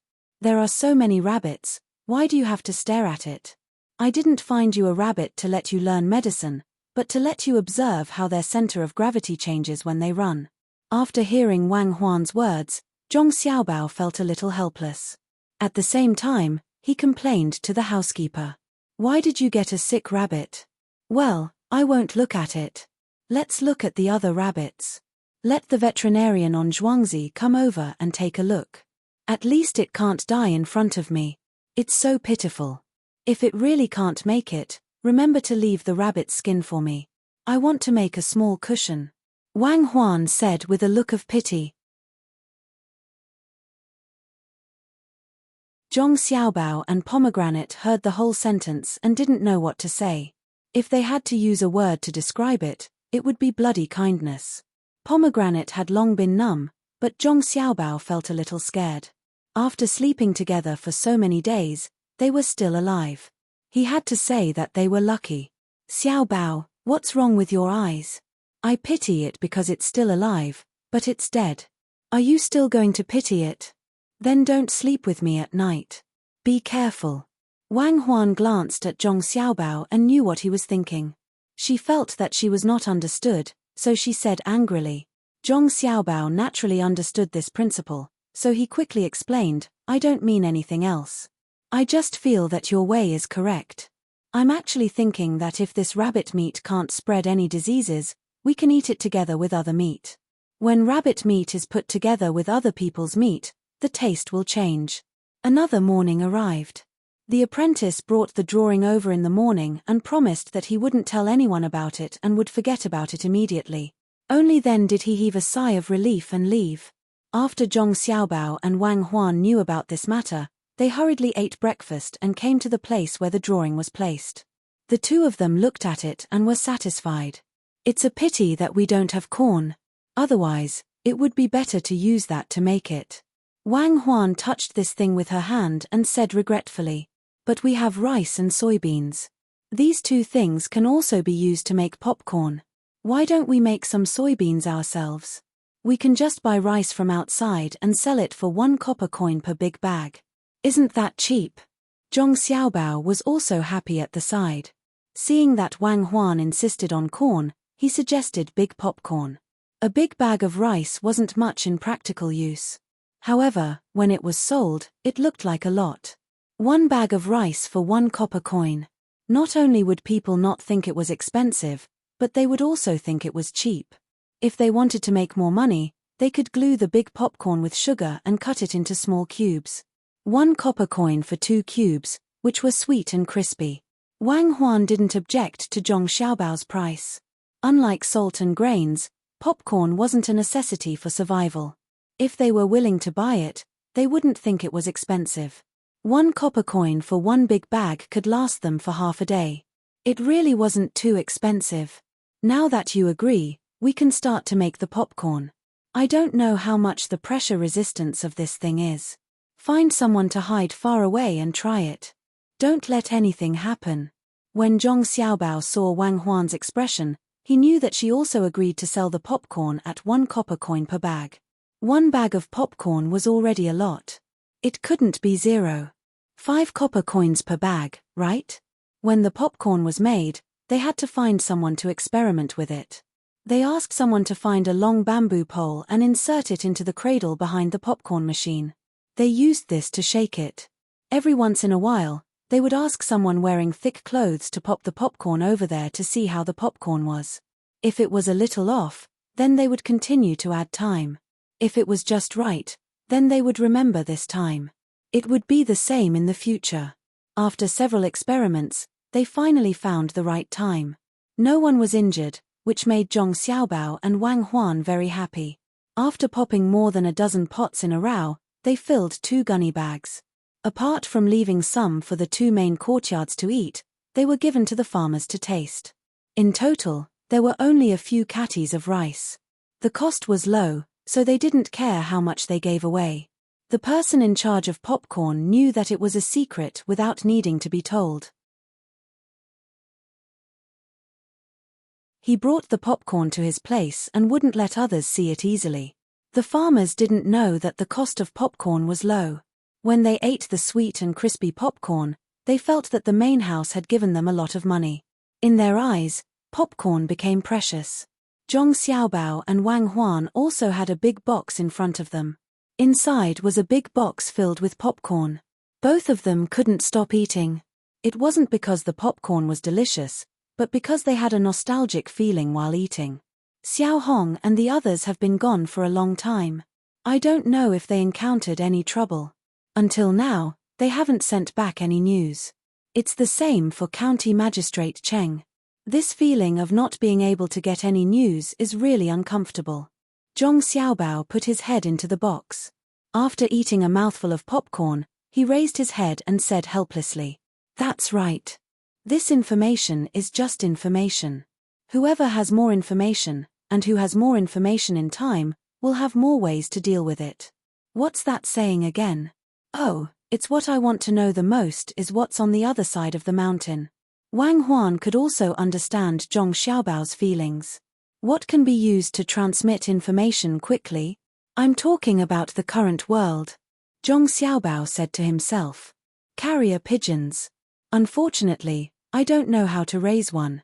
I didn't learn how to do that, Wang Huan replied.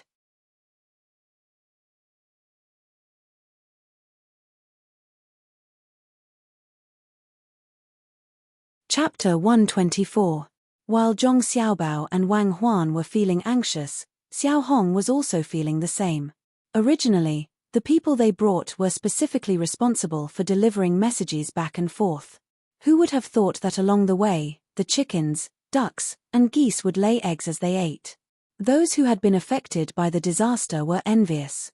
With so many chickens, if they could bring them back, their families would not have to worry about food and drink. They felt that it was impossible to steal a whole group of chickens, but stealing one or two shouldn't be too big of a problem.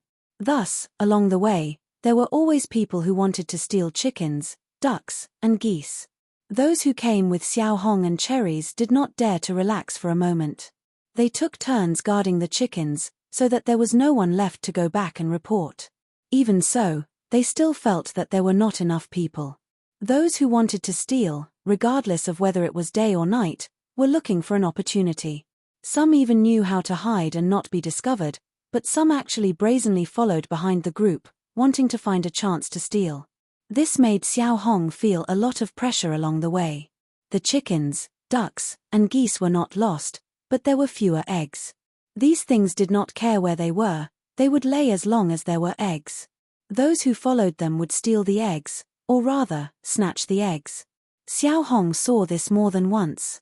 Just as her chickens finished laying eggs and were still warm, there would be people following behind to hold the eggs in their hands. When the people on the Zhuangzi asked for the eggs, the people on the Zhuangzi would say that the eggs were his. Why were they still warm? Of course, it was because he kept them in his arms. People like them were scared and said that they would report it to the authorities, but they were not afraid. At that time, they would have already eaten the eggs. Besides, Xiao Hong did not have the leisure to do so. She thought of getting people to beat them up, but seeing how each of them looked like they were malnourished according to the young master, she could not bear to do so. She could only endure it. After hurrying for a while, they finally arrived at their destination, Henan Province, Luoyang. As soon as Xiao Hong arrived with so many chickens, someone came to greet them. The Prime Minister arrived a few days in advance. Originally, he wanted to take a look and organize people to eliminate the locusts. Then, he would capture a few officials to take care of them. After that, he could go back. There were many things in the imperial court that he needed to deal with. But at this time, County Magistrate Cheng arrived, saying that he had come himself with 5,000 dan of grain. He wanted to give it to the Prime Minister for free to help with the disaster relief. 5,000 dan of grain was not a lot for such a large place, but it was still hundreds of thousands of catties of grain. If it was cooked into porridge, how many people could eat it? This was especially true for those who had not harvested a single grain. This was life-saving food. It was a life-saving gift. Normally, with Prime Minister Yaro Chong's status, there was no need for him to receive a 7th-ranked county magistrate. But the grain made him moved. When he arrived, there were already people selling grain. The price was 3 times the usual price. If he wanted to arrest them, he would say that they were hoarding. Those people had backgrounds, or they had transported the grain from other places. They spent a lot of money to transport the grain, so the price was really not expensive. Therefore, when County Magistrate Cheng Lingxiang saw the Prime Minister, he trembled and said a few words. Then, he began to claim credit for Zhangjia Zhuangzi. When the Prime Minister heard this, there was no expression on his face, but there were waves in his heart. So much grain was actually provided by a Zhuangzi. In addition, that Zhuangzi had sold a lot of soy sauce to lower the price and was willing to pay to buy a worthless mountain to support Sanshui County. This merit was not small at all. According to the county magistrate of Sanshui County, that Zhuangzi had shown auspicious signs and made meritorious contributions when renting the mountain. He had been granted 100 families' land. Although it had not been returned yet, He had taken out so many things at once. It was enough to offset the taxes of those years. County Magistrate Cheng looked at the Prime Minister's face as he spoke. His expression did not change, but his eyes flashed a few times. He knew that he should put in more effort, so he continued, "Sir, in addition to these, Zhongjia Zhuangzi also bought a lot of soybeans from outside. There was a problem with the soybeans in Sanshui County. It was all thanks to Zhongjia Zhuangzi's soybeans that the county was stabilized. Sir, the locust plague is so severe that Zhongjia Zhuangzi heard about it and has already sent people to bring over 10,000 domestic animals. They will be here soon to help this place eat the locusts. Those chickens, ducks, and geese are still laying eggs. Who knows how many will be lost along the way." The old master of the Zhong family often says that they cannot disappoint their ancestors. Their ancestors could fight for the country, so they can also share the country's worries. Even if they use up all of their savings, it is worth it. At the very least, they still have 100 families' land. If this land is also taken away, even if they have to farm their own land, they will still do their utmost to do something for the country. Sir, Sanshui County is also suffering from a disaster. There is a great drought. Zhongjia Zhuangzi gave the little water they had to the neighboring Ji family's Zhuangzi to let them plow in the spring. It is all because of this lowly official's incompetence that I am unable to protect the safety of the people in the county. After County Magistrate Cheng said these words, Prime Minister Yarrow, who had been silent all this time, had no choice but to open his mouth. If it was some powerful family, perhaps doing this could be classified as putting on an act. However, that Zhuangzi was able to take out so many things. No matter what, it could not be said that they were seeking fame or putting on an act. Hundreds of thousands of catties of grain and nearly 10,000 domestic animals had all come. The 100 families' land did not seem to be comparable to these things. Those domestic animals that laid eggs, with such haste, it was easy to imagine how many fewer eggs would be laid. That was all money. Buying soybeans to stabilize a county, producing auspicious signs, and giving water to others could all be considered fake. After all, he did not see it. However, the grain and domestic animals could not be faked. If there was, there was. If there wasn't, there wasn't. I heard that County Magistrate Cheng's county has produced auspicious signs twice. On the 30th day of the previous year, he personally delivered grain and oil to the common people. During the great disaster, he was busy all day. During the spring plowing, he came up with a new type of plow named Tsuyuan. From this, it can be seen that County Magistrate Cheng is truly a good official who makes decisions for the common people. Yarrow Chong was indeed very busy. However, no matter how busy he was, when he received people, he had to have some information in hand. Otherwise, it would not be justifiable. After saying these things one by one, he was quite impressed with County Magistrate Cheng. County Magistrate Cheng did not feel the slightest bit surprised. He had long known that the imperial court knew about his matters here.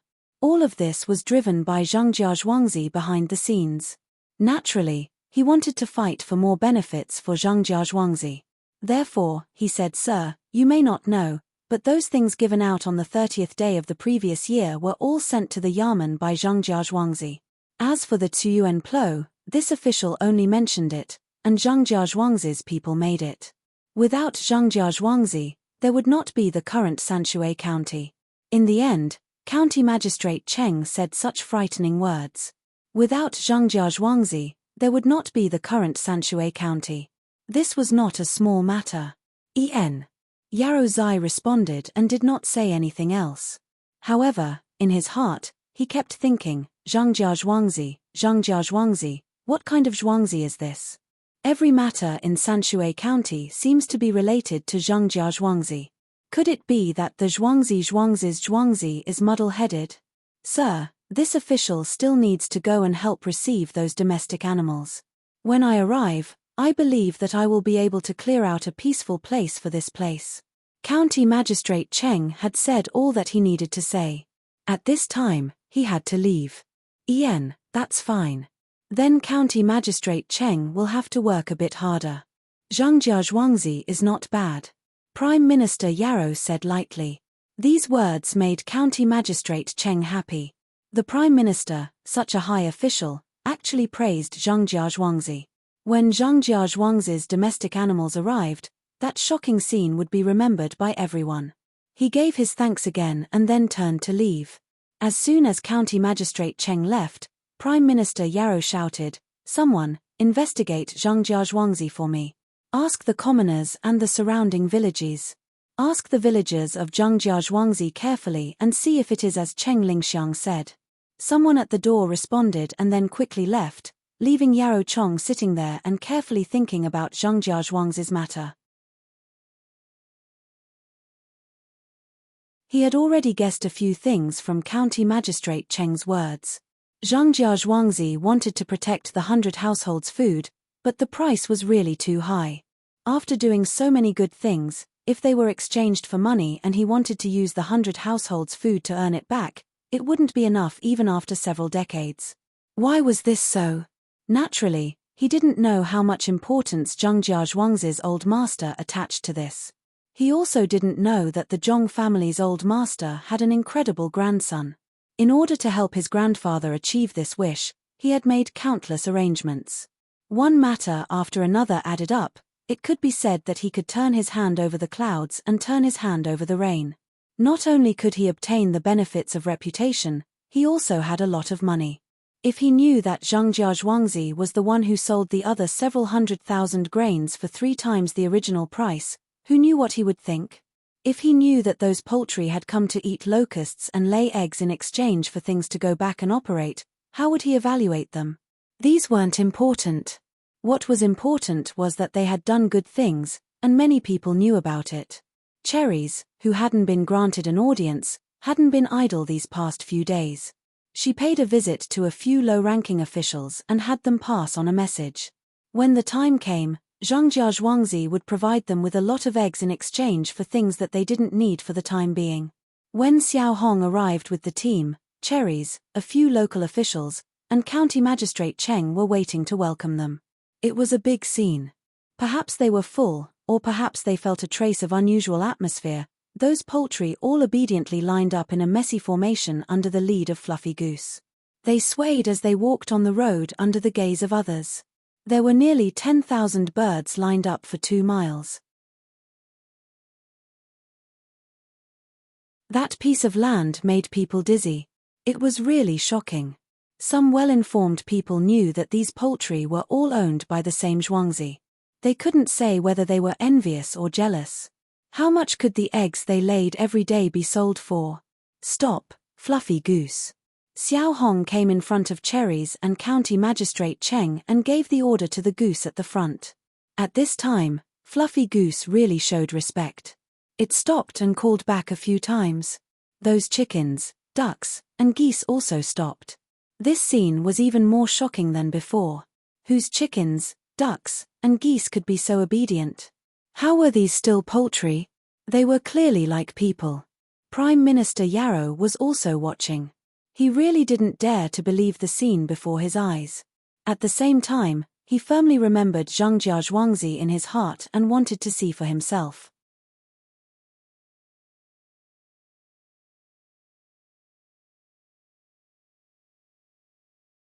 Chapter 125. In the beginning, the common people in the disaster-stricken area were not willing to help catch the locusts. Some even invited a few larger locusts into their homes. They wanted to raise them, so naturally, many of them were raised to death. Prime Minister Yarrow finally managed to convince the people above and the court officials with great difficulty, but the progress on the ground was not fast. He ordered the local officials to organize manpower several times before there was a slight improvement. Unfortunately, after such a long period of recuperation, the locusts had already increased in number. It made people worry that they would spread to other Taoist palaces. In recent days, the common people had moved to catch the locusts, but the results were not great. Just as Yarrow Chong was preparing to issue an even stronger order, Zhang Jiazhuangzi's army swayed and rushed over. This made his heart feel much more at ease. Xiao Hong greeted Cherries and a few officials, then impatiently directed the poultry to rush into the fields or the wilderness. The chickens, ducks, and geese rushed the entire way. Especially in the last half of the day, they didn't eat anything decent at all. With the lead goose in front of them as an example, one by one, they directly rushed forward. Especially those chickens, they spread out their 2 legs, lowered their necks, and flapped their wings. They ran very fast. Whenever a locust appeared in front of them, they would take one down. Their small mouths moved, their necks extended, and a locust was swallowed into their stomachs. Those flying locusts were not in a hurry to chase. They only wanted to eat the ones in front of them first. The local people usually gathered to catch locusts at night. They lit a fire, and the locusts would desperately throw themselves into the fire. During the day, the only tool they had was a bag in front of a long pole. They used this to catch the locusts. In the beginning, the speed was a bit faster, but as the number of locusts in the bag increased, they had to deal with them. Naturally, it would take quite a bit of time. These chickens, ducks, and geese were different. Once they caught them, they would eat them directly. If those locusts flew in front of the poultry team and continued to fly, they could be considered lucky for the time being. Those that flew in the wrong direction directly fell towards their natural enemies below. Without waiting for them to land, they would be eaten from the air by these sensitive poultry. Humans and some animals had to rely on stomach acid to digest their food. Poultry, on the other hand, had to grind their food with peons. There was sand in the peons that they usually ate, so their digestion speed was much faster. Some of them even pooped while eating. Especially when they were rushing all the way, they were always in a half-hungry state and had lost a lot of weight. At this time, seeing that there was so much food to supplement them, they ate with all their might. The need for food had reached an almost abnormal level for these domestic fowls that were raised like this. It could eat 2/3 of its body weight or the same amount of food in a day. One could imagine the number of locusts that such a large chicken would need to eat. There was a chicken that was already powerful enough to fly more than 2 meters high. When it ate the locusts, its body also consumed energy. After only half an hour, the chickens, ducks, and geese had become small dots in people's eyes. They passed by the fields, and there were not many grains on them to begin with. People did not eat such things, but there was a lot of meat in front of them. At the same time, wherever they swept, they could not find any locusts. Occasionally, there would be a few pieces of locusts' wings that were not swallowed, mixed in with the chicken feathers and blown away by the wind. The Prime Minister, the officials, and the people who came to watch the show were all shocked by this scene. So many poultry rushed over and disappeared in the blink of an eye. Not only did they eat the locusts, but they also left a lot of feces along the way. Seeing this, the people were happy. They would save a lot of trouble in the coming year and would not have to waste time looking for fertilizer. When Cherries saw this scene, she remembered that it was the young master's order and immediately started to recruit people from among the people. Under the supervision of the people who came from the inner courtyard, she recruited some people to be responsible for picking up eggs. Every 50 eggs picked up, they could take one home. This could be accumulated. If they picked up 50 eggs in one go, they could directly exchange them for one egg. If they picked up 150 eggs in 2 days, they could also exchange them for one egg after a few days. Or they could not exchange the eggs and directly exchange them for other things. Cherries would think of a way to get them. There were nearly 10,000 poultry, except for a few males, and the rest were all females. There were also many roosters on Zhuangzi, but they were not sent. Usually, they could lay more than 6,000 eggs a day. Because of the good food now, they could break through the 7,000 mark. The price they had to pay per day was less than 200 eggs. Originally, Cherries was afraid that the people would not be willing to do it. After all, to pick up the eggs, they would need the poultry to lay them. However, she could not imagine the extent of the people's demand for food.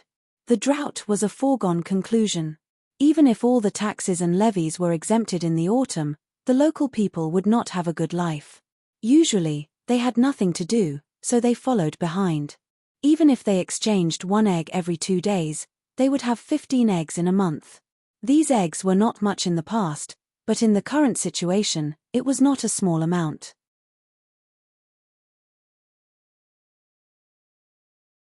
When they heard the price cherries offered to exchange for other things, the people chose to keep the eggs. The price cherries offered was the usual exchange rate, but not the price that the people were in urgent need of food. It didn't take long for Cherry to find 100 people. The others who came later didn't have a chance. If there were too many people, they wouldn't be able to get an egg even after a few days. These 100 people were selected from whichever family had the toughest life. That family was chosen. The others who were not selected did not complain when they felt bad. They came from afar to help, and they found the people who lived the worst life. They wanted to scold them, but they could not.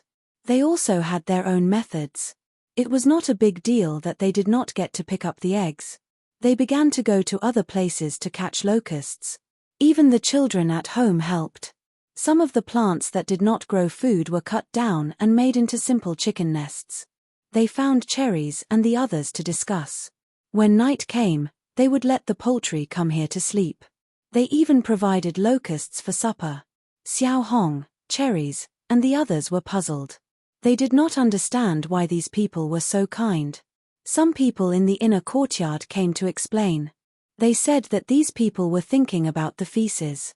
Because this year's harvest was destined to be poor, some livestock owners had to sell their livestock in order to survive. If people ate less, the local fertilizer would be much less next year. In order to have a good harvest next year, they had to think of ways to save feces and wait to be composted. Hearing this, Xiao Hong, Cherries, and the others pitied the local people, even if they came to help and make money. Cherries was one of the first people to follow Zhong Xiaobao. She was bold and responsible. She immediately gave orders. Have someone return to the farmstead on a fast horse. Have the farmsteads transport the farmstead's poultry that are also about to lay eggs back here at the fastest speed. Bring the half-grown chicks as well. Tell the farmsteads to compensate them with 1 egg every 2 days. Send all of them here? Compensation? Miss Cherries, this compensation is a little too much. They don't need to raise them, so they can save a lot of food. Hearing Cherries' order, a person in the inner courtyard felt that the main family had paid too much. He also knew that the reason why they did not send those poultry here was because they were afraid that it would be difficult to settle the account. In Zhuangzi, there were 234 households in Zhong Xiaobao and Wang family. 196 of them raised chickens, ducks, and geese. They were all hatched by Cherries. Now, it was just the first 2 batches that could lay eggs. Listen to me and do as I say. I'll take care of everything. That's not how the accounts are calculated. Farmers raise chickens to get eggs, not to save on feed. They have to be compensated. Hire a carriage and move fast. There's still a lot of land here. It's impossible to eat all of it with just these chickens and ducks. Cherries had already been authorized when she came. She was the most powerful. No matter what decision she made, others had to follow unconditionally. Even if she said to kill all the poultry, others had to do it.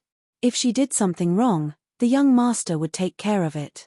However, no one dared to disobey. She would beat them up first and bring them back to the main family. Seeing that they could not persuade her, the people in the inner courtyard had to obey. They found a few horses and took another person. At the same time, they changed to a Mercedes-Benz and quickly went back to prepare a carriage and gather the poultry. When the 2 thought of the more than 200 chickens, ducks, and geese in each household, they felt a headache. How many carriages would they need to find to transport them? Looking at the 2 people in Zhongjia Zhuangzi's swift movements when they jumped on the horses and their horsemanship, Yaro Chong glanced at the personal guard beside him. The personal guard immediately said, "Master, those 2 people must be from the military. Looking at the way they jumped on the horses just now, they must have at least 10 years of experience. Looking at their posture when they were riding the horses, they must have been in battle. Yes, I heard from County Magistrate Cheng that Zhongjia Zhuangzi found some people in the inner courtyard. It seems that these 2 were found later. These people usually do some chores, but they can charge and break through the enemy lines at critical times. Go back and check which place they are from. These 2 people are not old yet. Someone must have benefited from them. Yarrow Chong seemed to be talking to himself. When the dust settled after the two left, he turned his eyes to the poultry that he had eaten all the way back from another place. He said to the official beside him, "Record this down. Tonight, I will submit a memorial to the Zhuangzi and Zhong family of Tuqiao village in Sanshui County, Fengju. Help the old man of the Zhong family this time. He put in so much effort to get grain and poultry. The local people and officials are all watching. It can't be hidden even if you want to." Yarrow Chong really did not understand why Zhengjia Zhuangzi valued the 100 households so much. Since that was the case, and they had helped him a lot, he should give them some benefits. If he forced it, it would chill the people. The 10,000 chickens, ducks, and geese were not just for show. The surrounding prefectures and counties would know and send people to invite them to eat the locusts. "Master, I feel that Zhengjia Zhuangzi is doing this on purpose. He is making a big fuss to force you to give him a reward. Why don't we postpone it?" The official also knew that this matter was troublesome. Zhong family and Zhuangzi were using righteousness to pressure others. No one would feel comfortable in this situation. "Don't talk nonsense. They moved first. At that time, I was not here yet. Everything will depend on what the people who went to investigate have to say." Yarrow Chong was even more confused.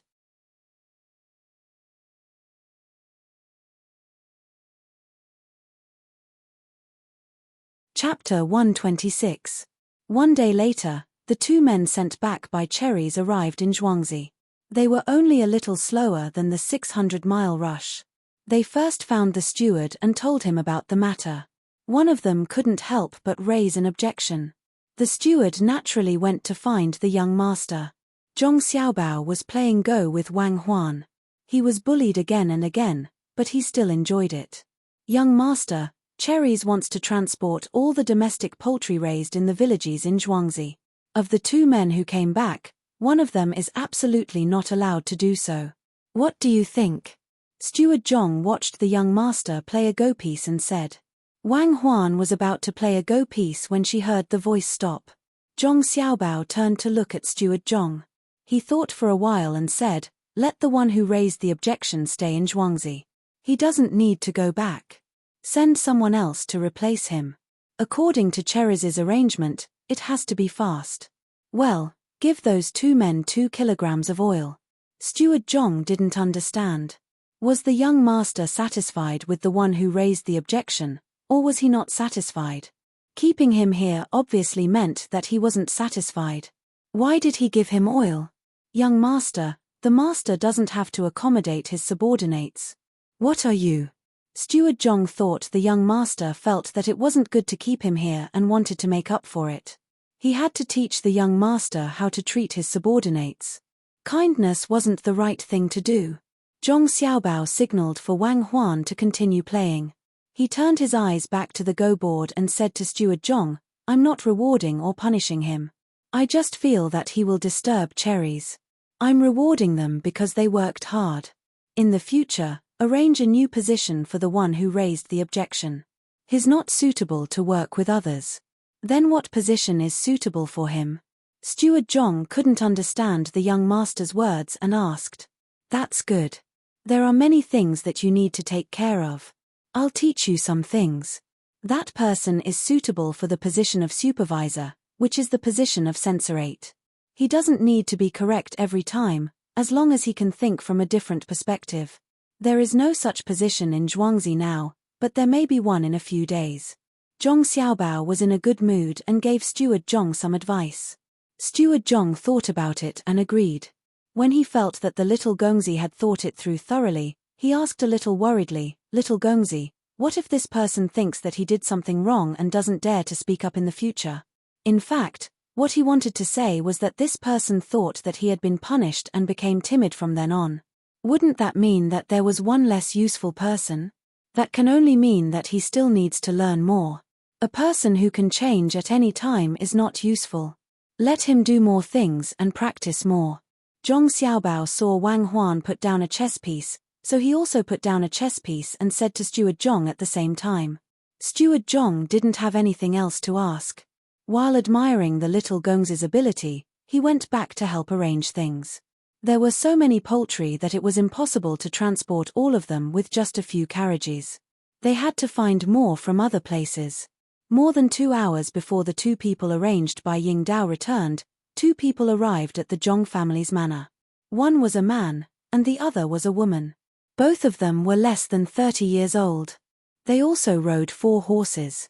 As soon as they arrived, they released their horses to a family and asked them to help feed them. Along the way, the two people saw that many of the fields in Zhuangzi were short of water. However, when they arrived at Zhuangzi of the Ji family, they found that the crops in the fields here were growing well. It was as if there was no drought, which made them very surprised. When they crossed the small bridge, they first sighed at the restaurant downstream that should have been built in the water. When they saw the rice seedlings in Zhuangzi of the Wang family, they were not only surprised, but also felt that they were dreaming. The rice seedlings grew messily in the fields. They should not have been growing well, but they were so lush.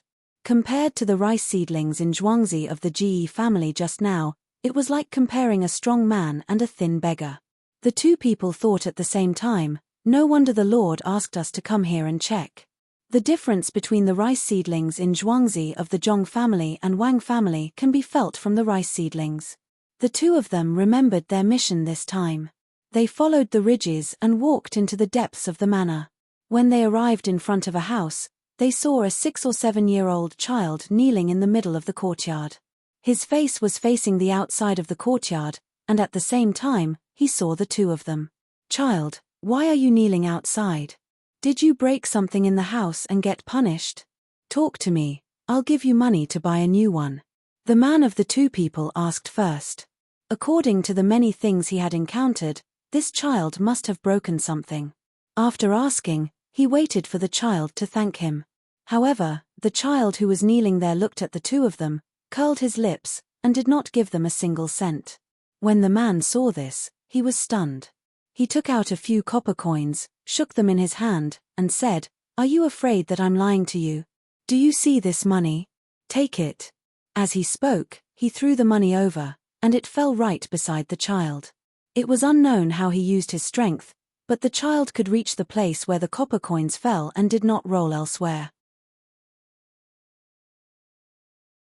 The child smiled and did not pick up the copper coins at all. He asked the two people, "Tell me, what do you want to do here?" One who is unaccountably solicitous is hiding evil intentions. "I advise you to leave quickly. The Wang family's Zhuangzi is not that easy to enter." The man was choked by the child's words. He turned his head to look at his companion. The woman quickly said, "Child, we are not bad people. I know, you are good people. You came to my house when you had nothing to do and saw me kneeling here. You thought that I broke something, so you gave me some money to cheer me up. Then, you asked me something you wanted to know. I am very grateful to you. I answered whatever you asked me, stupid. After answering you, I would have to kneel here for 10 days to half a month. I have seen a lot of people like you. Have you ever seen a bad person call himself a bad person? When you enter the prison of the Yamen, you will probably cry injustice. What I said just now has told you a lot of things. Hurry up and leave, so that you can give an explanation when you go back." The little boy didn't wait for the woman to finish her words and continued. The two of them felt that they weren't facing a little boy, but an old fox. Of course, they were not willing to leave like this. The woman smiled, "Child, you are so smart. Did your parents teach you? What a pity, your parents must not have taught you well. Can you read? Well, let me tell you something. I can read, but I can't recognize many words. Because I made a lot of mistakes, I was punished to kneel here. The headmaster said that I always wanted to play when I was in school. Are you satisfied? Let's go, I'll tell you something else." The man and woman were really frightened by the child in front of them. It seemed that he knew everything. The man had to ask again, "What did you tell us?" "We don't know anything. Play dumb. The first thing I want to tell you is that this little child, must have been taught by someone to be wary of people like you. The second thing I want to tell you is that the little children of the farmsteads can go to a teacher to ask for knowledge. You will think, why would a child like me be so vigilant on Zhuangzi? Also, the farmers can go to school. Who built this school? Think carefully and you will be able to guess how many things the farmers will give to the teacher. As the child spoke, he stood up and rubbed his legs. When he felt comfortable, he knelt down again and continued to lower his head. The two people outside felt as if they had seen a ghost. How could this be?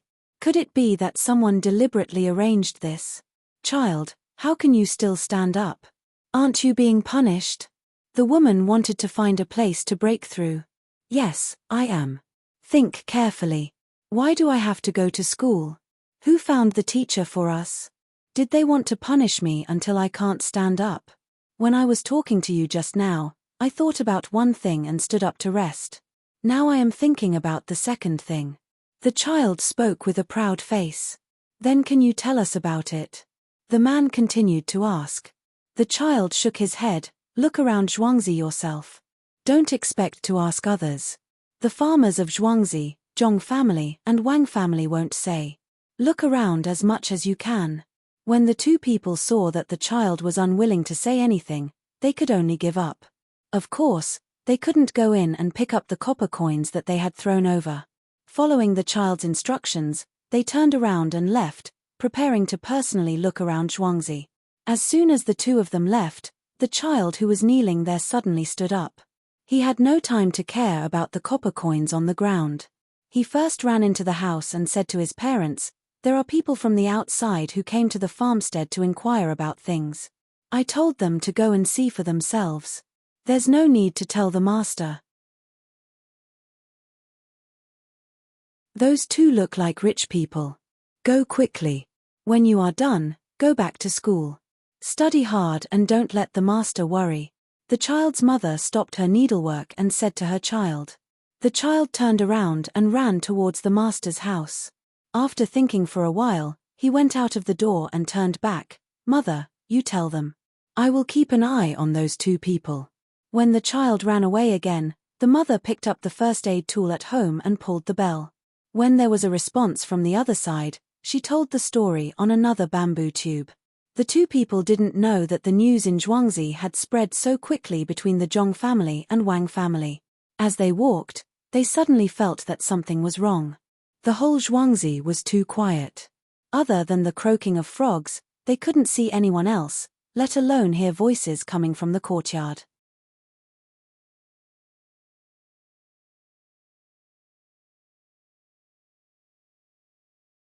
Chapter 127. Jade is worthless if it is not carved. If one does not learn, one will not be righteous. The three principles are the righteousness of the monarch and his subjects. A man and a woman were walking in this quiet environment. Just as they were feeling uncomfortable, they suddenly heard a voice in front of them.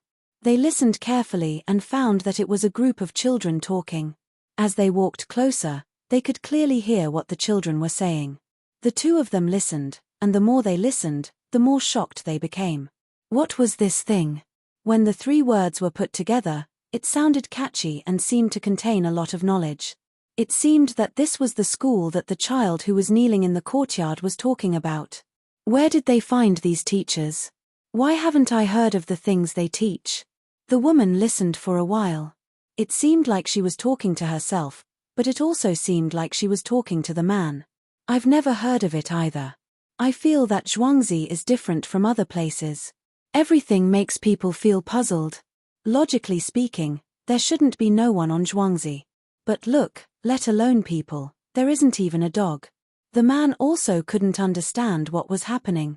This wasn't Zhuangzi, but a place where people could be eaten at any time. It was full of mystery. Even the children were different from other places. Naturally, they didn't know that someone had already notified them in advance. The people on Zhuangzi were all called back. If one looked carefully, they could see that a few large tools were thrown in the field because they weren't easy to carry. What the children were reciting was the three-character classic. Zhong Xiaobao didn't know it, but Wang Huan remembered it clearly. 2 days ago, she changed some of the content and had someone send it to the school. When the teachers saw it, they were shocked. Don't look at how easy it was to memorize and recite. If one really wanted to understand it, there was a lot to learn. Even if one became an elementary scholar, they would still be able to learn from it.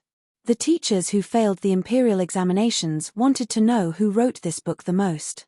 However, no matter how they asked, the people who sent the 3-character classic said that they didn't know. This made them feel admiration and anger.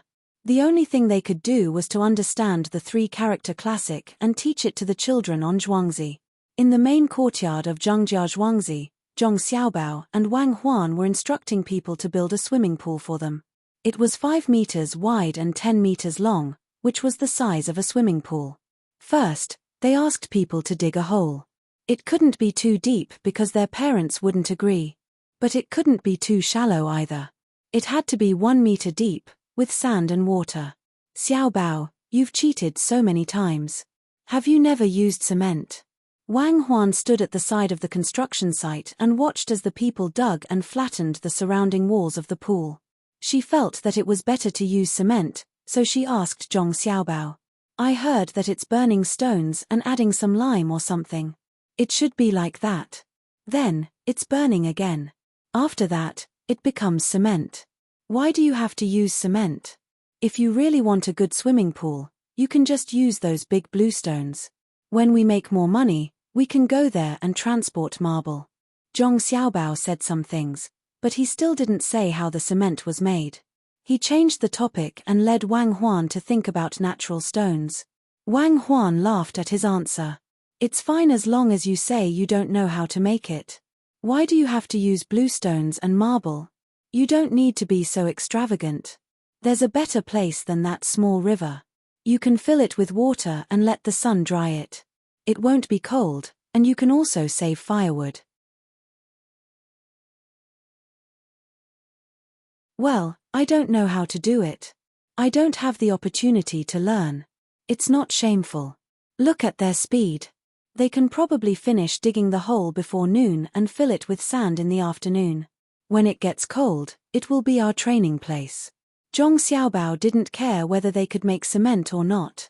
It seemed to be burning various things together. When they had more money in the future, they could find someone to try burning things one by one. One day, they would be able to make cement. Wang Huan and Zhong Xiaobao were the same. They didn't care much about cement. They were satisfied with having a pool to swim in.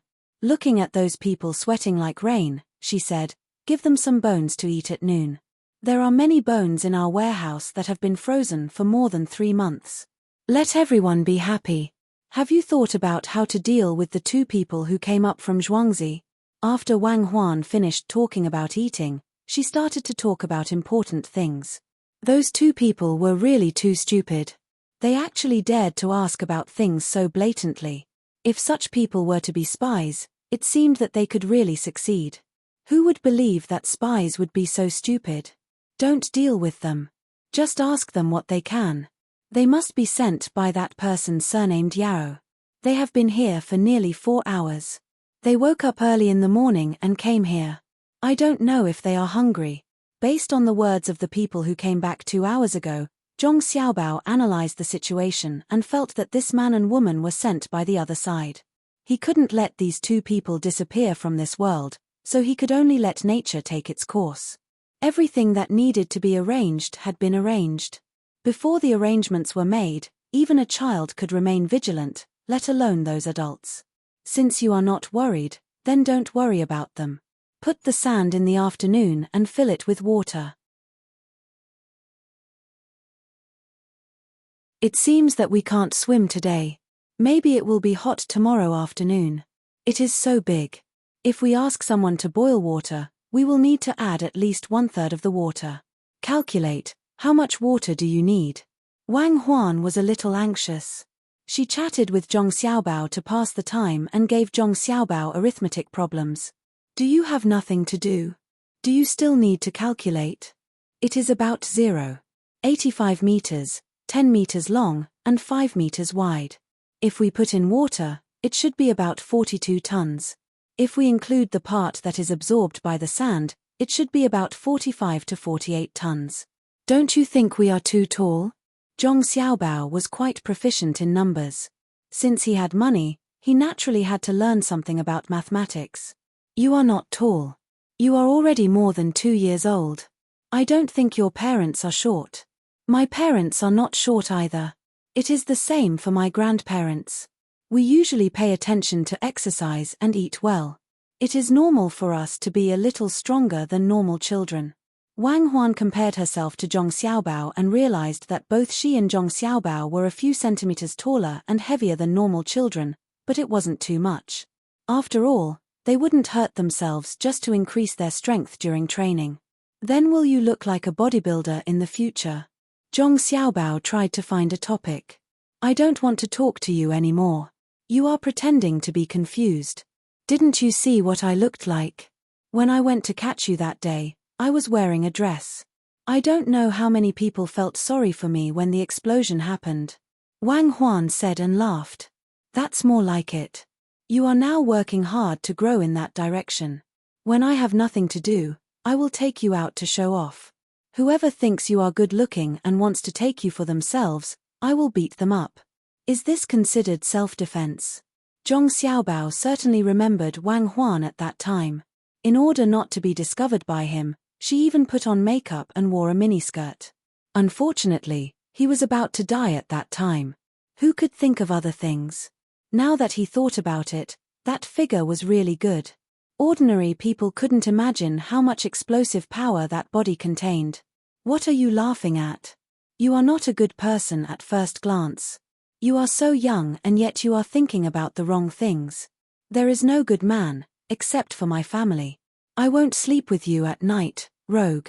Wang Huan was angry when she saw Zhong Xiaobao's expression. I'm a rogue. Who scared me at that time? How did you scare me? I don't know about other men, but the deputy director of your department has 2 women outside. If I sent 3 million to them, I would know who came to catch me. You are actually worth 3 million. A female warrior who can stand up for the motherland and risk her life to carry out a mission, the internal price is 3 million. So it was him. I found that there was something wrong with him. Don't talk to me like that. What 3 million? That's not it. Wang Huan finally knew who betrayed her. She clenched her small fists. She couldn't wait to go back and beat that person down. It's not 3 million. In my heart, you real warriors are priceless. I have never measured you with money. That 3 million was to buy your deputy director's personality and dignity. You can rest assured that if I die, someone will help to deal with this kind of person. Your deputy director will die of a cold, a minor illness. Zhong Xiaobao had never dared to molest a person like Wang Huan. Seeing Wang Huan's reaction, he regretted it.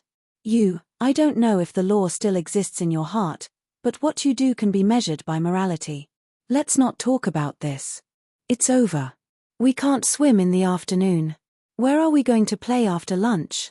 Wang Huan's excited mood calmed down after hearing Zhong Xiaobao's words. Zhong Xiaobao also didn't know where to go. Their training had reached a bottleneck. They couldn't continue to increase the training volume, otherwise, it would hurt their bodies. Wang Huan saw that Zhong Xiaobao didn't say anything, so she suggested, let's go up the mountain. I have never been there before. Don't. Let's go to the fields and see the toads. If we want to go up the mountain, there will be a lot of people there. It will be a waste of manpower. Zhong Xiaobao quickly rejected Wang Huan's suggestion. It would be easy to make the people in the inner courtyard busy. Wang Huan thought for a while and sighed helplessly. Identity determined many things. She and Zhong Xiaobao had to consider other people. Otherwise, they wouldn't have built a swimming pool. Things like swimming in the river should never be done in the future. Looking at the fields is also good. Wang Huan thought of this and pulled Zhong Xiaobao to her room. The earlier they ate, the earlier they could go out to play. At the same time, she said to Zhong Xiaobao, those 2 should be hungry, right? Do you want to take care of their food? Yes, tell the restaurant now. When they see that man and woman order food, they will introduce the expensive dishes to them. The cheap ones are all gone. Zhong Xiaobao replied.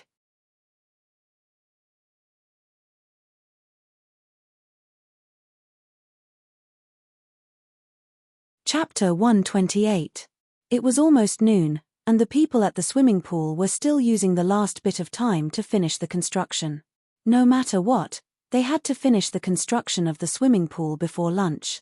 At this time, Zhong Xiaobao and Wang Huan finished their meal and left on their wooden carriage. The people in the inner courtyard were already used to the two little ancestors' behavior. As long as the young master and young lady went out alone, they would definitely not go to a dangerous place. Otherwise, they would ask someone to follow them. This saved the people in the inner courtyard a lot of trouble. The two little ancestors were also sensible. Every time they wanted to do something dangerous, they would discuss it with others. When they did not discuss it, it was absolutely safe. Therefore, when Zhong Xiaobao and Wang Huan went out this time, the people in the inner courtyard were not worried. Not only did the young master and young lady know the severity of the matter, but more importantly, the children in Zhuangzi had already left school and were running everywhere. Therefore, there were people everywhere in Zhuangzi. Moreover, there were also people patrolling the temple, who would help to look after them. The little tadpole is now a tadpole. I remember that when I was eavesdropping on other people's lessons, there was a lesson called Little Tadpoles Find Their Mothers. At that time, I thought, how good would it be if I was a little tadpole? I would be able to find my mother in the end. Let's go, don't look at the fields. Let's go to the restaurant and have some tea. Don't always make me pedal by myself. Don't you want to tire me out? Zhong Xiaobao said as he pedaled while looking at the fields on both sides. Later, he found that Wang Huan was not moving at all in front of him. She even raised her legs. This was not a bicycle with chains, and there were no bearings. There were only two pedals on each wheel. When one pedal, the wheel would turn once. It was a two-person bicycle. If one pedal, one would die of exhaustion. Oh, I'll pedal. When we arrive at the restaurant, let's sit on the first floor. Maybe we can see that man and woman and see what they will do during the meal. Wang Huan put her feet on the pedals beside the wheel and controlled the direction to the restaurant. The surrounding children who had just finished school were running around. Occasionally, someone would reach out and grab the snake's tail and swing it a few times to break the snake's bones. Then, they would grab the snake's head, open its mouth, and put it on their lapels for the snake to bite. With a pull, the snake's teeth were pulled off, and it became a harmless snake. The child hung it around his neck, preparing to take it back to eat with his father's wine. When Zhong Xiaobao and Wang Huan arrived at the restaurant between the clouds and the water, there were already 4 water snakes hanging on the bicycle. When the bored waiter standing in front of the restaurant saw the arrival of the young master and young lady, he hurriedly went up to them and helped them to park the bicycle. Then, he took the 4 water snakes and guarded them as they walked inside. Have the 4 teachers sent the dishes today? Zhong Xiaobao asked as he walked inside. Young master, they haven't sent them yet. Today's dishes are fried meat with bean sprouts, eggs, and cucumber. They will be ready in a while. Young master, what do you want to eat? The waiter followed beside him and answered. The 4 snakes hanging on his arms would occasionally wriggle. You haven't sent them? That's great. Let's make these 4 snakes and send them to them. They must be exhausted from making the 3-character classic. Just make some tea for me and Cuckoo. After eating, let's eat on the first floor. Zhong Xiaobao yawned and walked towards the window with Wang Huan. At this time, there were quite a few people in the restaurant. The second floor was almost occupied by those who thought they were knowledgeable and came from rich families. Even if there was no water downstairs, they could still recite a few poems. Most of the people eating on the first floor were businessmen who came to buy popcorn. Popcorn would be sold once every morning and afternoon. Every time, each person could only buy a sack of popcorn. As a result, some businessmen who traveled a little farther had to buy once in the morning and again in the afternoon. They had to bring back 2 sacks of popcorn and sell them. Naturally, they had to find a place to eat at noon. Some people who were careful with their spending would bring some food to the restaurant and buy a bowl of wine for 3 copper coins and eat it directly.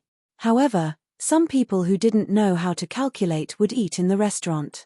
The restaurant specially provided a kind of rice. 4 10 copper coins, a big bowl of rice, a meat dish, and a vegetable dish would be placed on a plate with a grid in the middle. Then, a bowl of egg shake sleeve soup with few egg drops would be served. For a time, the restaurant became a lot more lively. At night, more people came. Every 10 minutes, there would be a meal that cost 3 copper coins. A bowl of rice with a vegetable stir-fried melon slice, or a bowl of noodles with shredded meat noodles and fried soy sauce noodles. It was specially prepared for those who came to the market. If people who ate this kind of meal were willing to pay 1 copper coin more, they could even sleep in a wooden house with a rope made from wormwood. There were no pillows or bedding provided, only some hay. They couldn't even afford to pay 1 copper coin. There was a common bed in the market with hay underneath and a long piece of wood as a pillow. 3 sides were covered by straw curtains, and 1 side was empty. There was no mosquito coil made from wormwood, so they could sleep as they pleased. These matters related to the market were all the ideas of Shu Sai, who had already brought food to sell. Zhong Xiaobao and Wang Huan really didn't care about how he managed the market. Right now, Go was helping to support the market. It's a pity that we don't have cheap and simple lunchboxes. Otherwise, we could sell this meal to more places. Shu Sai is really a good person. He manages the market so well. In the past 2 months, Zhuangzi has actually earned 5 taels and 4 copper coins by relying on the market. Zhong Xiaobao sat on a chair next to the window. He raised his chin and tried his best to look outside. Wang Huan waved her hand at a shop assistant. The shop assistant was already used to this. He brought 2 special high chairs and brought them here to replace the young master and young lady's chairs. This way, the 2 of them were much more comfortable. After sitting on the high chair, Wang Huan pulled down the blinder under the window. When she could see the outside more clearly, she said, "Shu Sai is really a good person. Ji Yingxi in Zhuangzi must be very regretful. The right to set the price is in our hands. In the past 2 months, we have been earning 5 taels of silver every month. This doesn't include some of the things we bought and hoarded. If we really add it up, we can earn 20 taels of silver. When more people come to trade in the future, it won't just be 20 taels. There will also be people in the market who will spend money in the restaurant. In a month, we will earn a lot. If we say that he is worth 100 taels, he is worth 100 taels. Ji Yingxi was let go for 1 tael of silver. He will regret it." While they were talking, the tea was served. It was not made according to the production method here. There was no ginger or salt. Zhong Xiaobao specially taught people to make it. He didn't do it himself. However, he knew that international swindlers had to come into contact with some of the upper-class people. They had to talk about art and tea ceremony. It was impossible not to learn. The tea leaves that were served were stolen from other places before the Qingming festival. It was theft. They stole the shoots. If they were not caught, they would leave some money in a conspicuous place in the tea house. If they were caught, they would have to pay more money. Until now, there had been no cases of people being caught being sent to the authorities. The tea in front of Zhong Xiaobao and Wang Huan was Xinyang Marojian. The main reason was that the tea was produced nearby. It was in Henan. They could send people to steal it. If it was Westlake Longjing, it would be far away. After pouring the tea, each person took a small cup and drank slowly. They either drank it in 1 gulp or took a few sips. When they felt that it was cold, they threw it away and refilled it.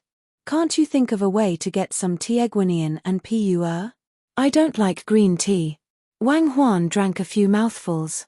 She felt that her mouth was a little dry and lacked some sweetness. She asked Zhong Xiaobao to think of a way. Zhong Xiaobao didn't have any good ideas.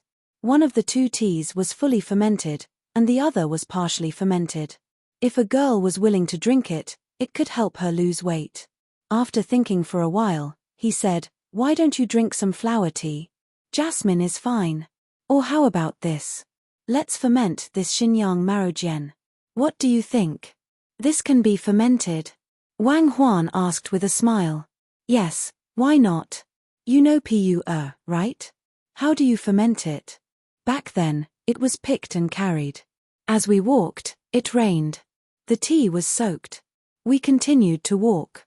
When it was wet, it was dried. When it was wet again, it was fermented again. People who eat a lot of meat found that this tea was good for the gastrointestinal tract. It helped with digestion and also cleaned the intestines. Zhong Xiaobao continued to explain. Wang Huan was stunned. Really? Could it be that the tea I drank in the past was the kind that was drenched in rain? What you drank is not important. What's important is that this method can be fermented. Not only is it rainwater, but the person carrying the tea is also sweating. The smell is really not ordinary. Think about it. Carrying such heavy tea, crossing mountains, and using crutches. After walking for a few dozen steps, you have to stop and rest. You call it crutches. How can there be any lack of sweat? When it came to this kind of thing, Zhong Xiaobao was better than Wang Huan. He often drank tea with people in the past. He heard from others that besides horses and mules, the tea horse ancient road was mostly carried by people. There were mudslides, rainstorms, landslides, and all kinds of situations could occur. When they were drinking tea and talking, they wanted this kind of feeling. The harder the other person worked, the better the taste of the tea. Therefore, after Zhong Xiaobao cheated that person of 160 million yuan, he also felt very comfortable. The more that person was in pain, the more comfortable Zhong Xiaobao felt that the money was spent. Don't say any more. I will never drink that kind of tea again. It's disgusting. Did you do it on purpose? Wang Huan listened to Zhong Xiaobao's introduction and felt waves of nausea. She didn't even want to touch the tea in front of her. Little young master, little miss, those two people are coming. At this time, a waiter came to Zhong Xiaobao and Wang Huan's side and reported in a low voice. The two people he was talking about were naturally the man and woman who came to inquire about the news. Oh, they're here. Okay, later tell them that there are no seats on the second floor. Tell them to eat on the first floor. If they don't want to eat, then forget it. When you order, take out the menu. The golden menu. Go, don't come back. When Zhong Xiaobao heard this news, he became spirited. He ordered and paid attention to the entrance.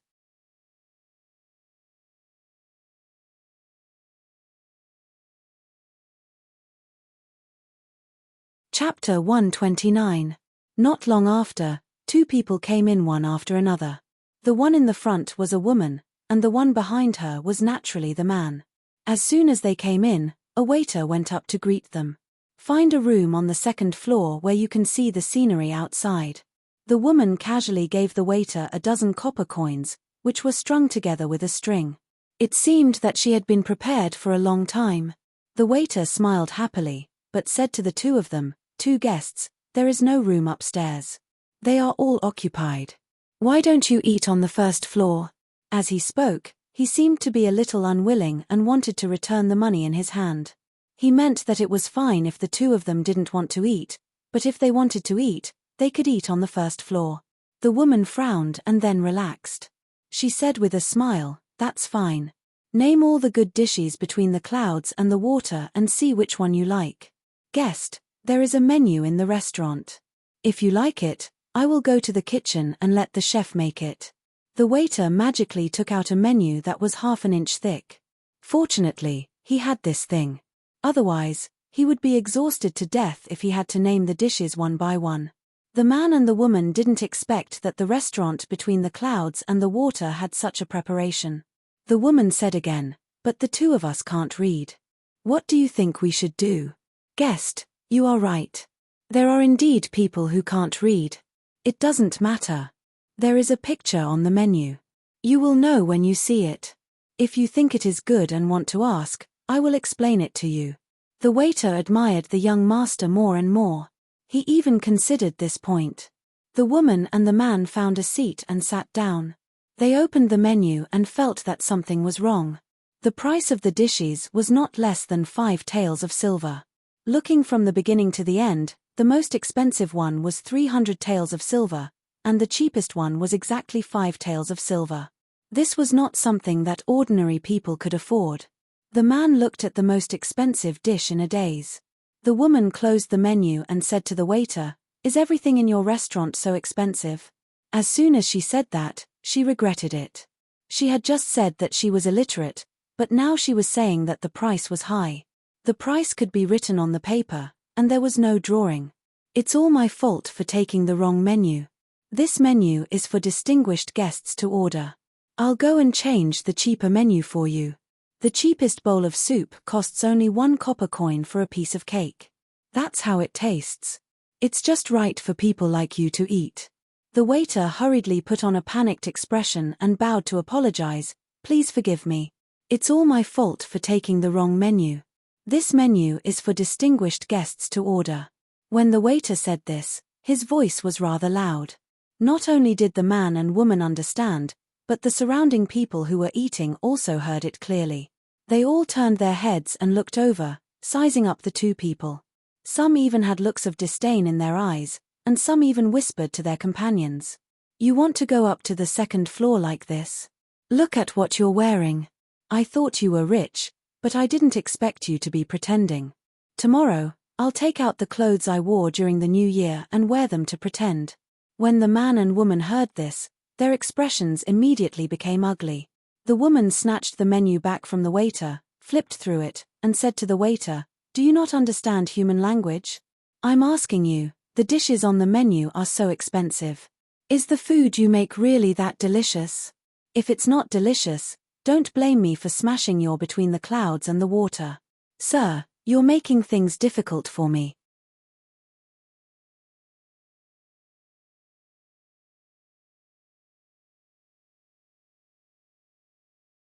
When the two of them set their eyes on a certain table, they found that the people at the table were not avoiding them at all. They had no intention of talking to them at all. They also understood that this was because the dishes they ordered were too expensive. The person felt that it was not appropriate to talk to such people. If they said something wrong, it would easily cause trouble. The two of them looked around and finally found 2, 3 or 4-year-old children sitting there drinking tea. While they were surprised, they also had some ideas. Zhong Xiaobao and Wang Huan did not know that the others had estimated their ages. They pretended that nothing had happened and drank one sip after another. The temperature of the tea was obviously not enough, but they did not ask the waiter to refill it. The woman looked at Zhong Xiaobao and felt that it was not good to serve the dishes to them when they were drinking tea. Children who could drink tea here probably had some spare money at home. She looked at the clothes the two children were wearing and finally understood that it was not as simple as a little spare money. Just the clothes alone cost dozens of taels of silver. Thinking of this, she gave the man a look and told him to stay there and continue eating. She went over to the two children and wanted to talk to them and ask some questions. Children from rich families should know more than others. Who would have thought that as soon as she stood up and took 2 steps toward that side, 6 or 7 people suddenly stood up in the lobby of the 1st floor, looking at her vigilantly. At the same time, 2 of the shop assistants also came over. One stood in front of the 2 children, and the other slightly blocked in front of her. They smiled and said, Sir, is there anything you want this little one to do?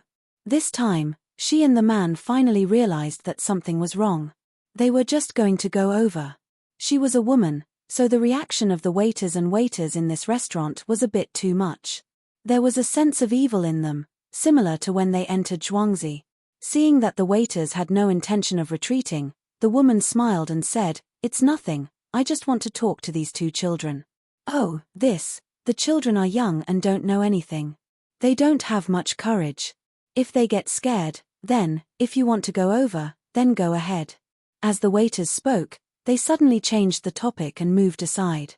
The other waiters didn't move and continued to stand by the table. They even put a chair there for the woman to sit. When the other people who stood up saw the waiters like this, they also sat back down. The waiters were still a bit worried. When they were talking, they glanced at the young master. When they saw the young master nod his head, they had no choice but to move aside. The woman didn't know about this.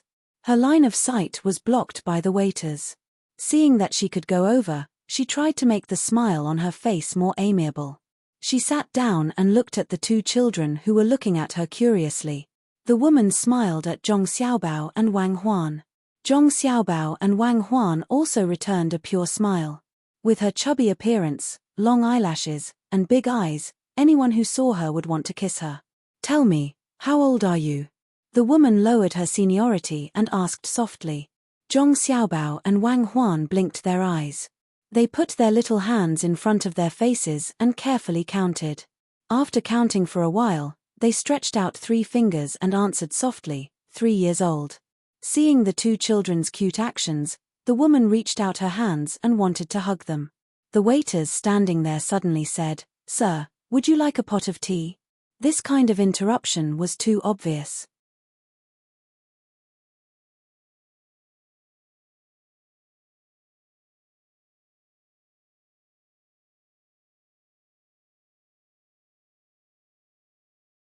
Chapter 130. Xiaobao, did you see that? This person is probably the one who bought Shuangzi. It seems like he won't be easy to deal with. Such a playboy, do you think is a prince or an imperial grandson? Wang Huan also turned her head and pretended to be curious. After a glance, she asked Zhong Xiaobao with her lips. In the past year, Zhong Xiaobao and Wang Huan had a tacit understanding of each other. Just a glance was enough for them to divide the work. Wang Huan focused on observing the child and the people protecting him, while Zhong Xiaobao paid attention to the expressions of the other people on the first floor. He happened to see the woman's eyes and made a judgment. He replied to Wang Huan, "I can't tell. I don't think it's anyone important." The 2 people sent by Yarrow Chong weren't that afraid of this child. Maybe it's someone from a remote royal family. At the very least, he's not Li Longji's son or grandson, nor is he from the family of the prince who abdicated the throne. Are you sure? Li Longji has 5 brothers. While he's monitoring them, he's also giving others the impression of brotherly love. He's attacking us. Have you thought of how to deal with him? It's not easy to answer a playboy. Even if you give him a profitable business, he might not take it seriously and just want to take our place. Wang Huan was a little anxious when she saw that Zhong Xiaobao couldn't make an accurate judgment because of limited information. She was from the Zhuangzi Wang family. Even if something happened to Zhong Xiaobao, her family would avoid it. At most, they would sell the land together. However, she knew Zhong Xiaobao's thoughts. These lands were the lifeblood of his family. He wouldn't let others take them away. If something happened to Zhong Xiaobao, what else could she pursue in this life? That would be true loneliness. With him around, the 2 of them could understand each other. They could help each other, encourage each other, and rely on each other.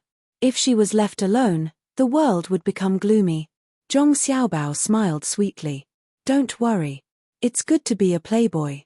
A gentleman can be bullied, and a villain can be tempted. Such a young playboy will have a way as well. When we go back, we'll announce that Zhong Xiaobao, and Zhuangzi will organize a competition. The winner will get 5 century eggs. When we go back, we'll start making century eggs. Actually, this is my least favorite. Other people might like it. Other than the eggs, we'll also get a champion's medal.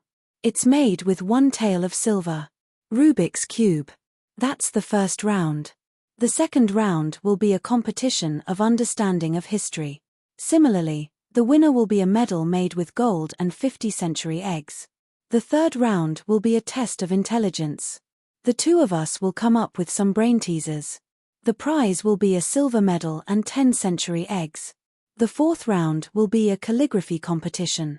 A gold medalist will get 50 century eggs.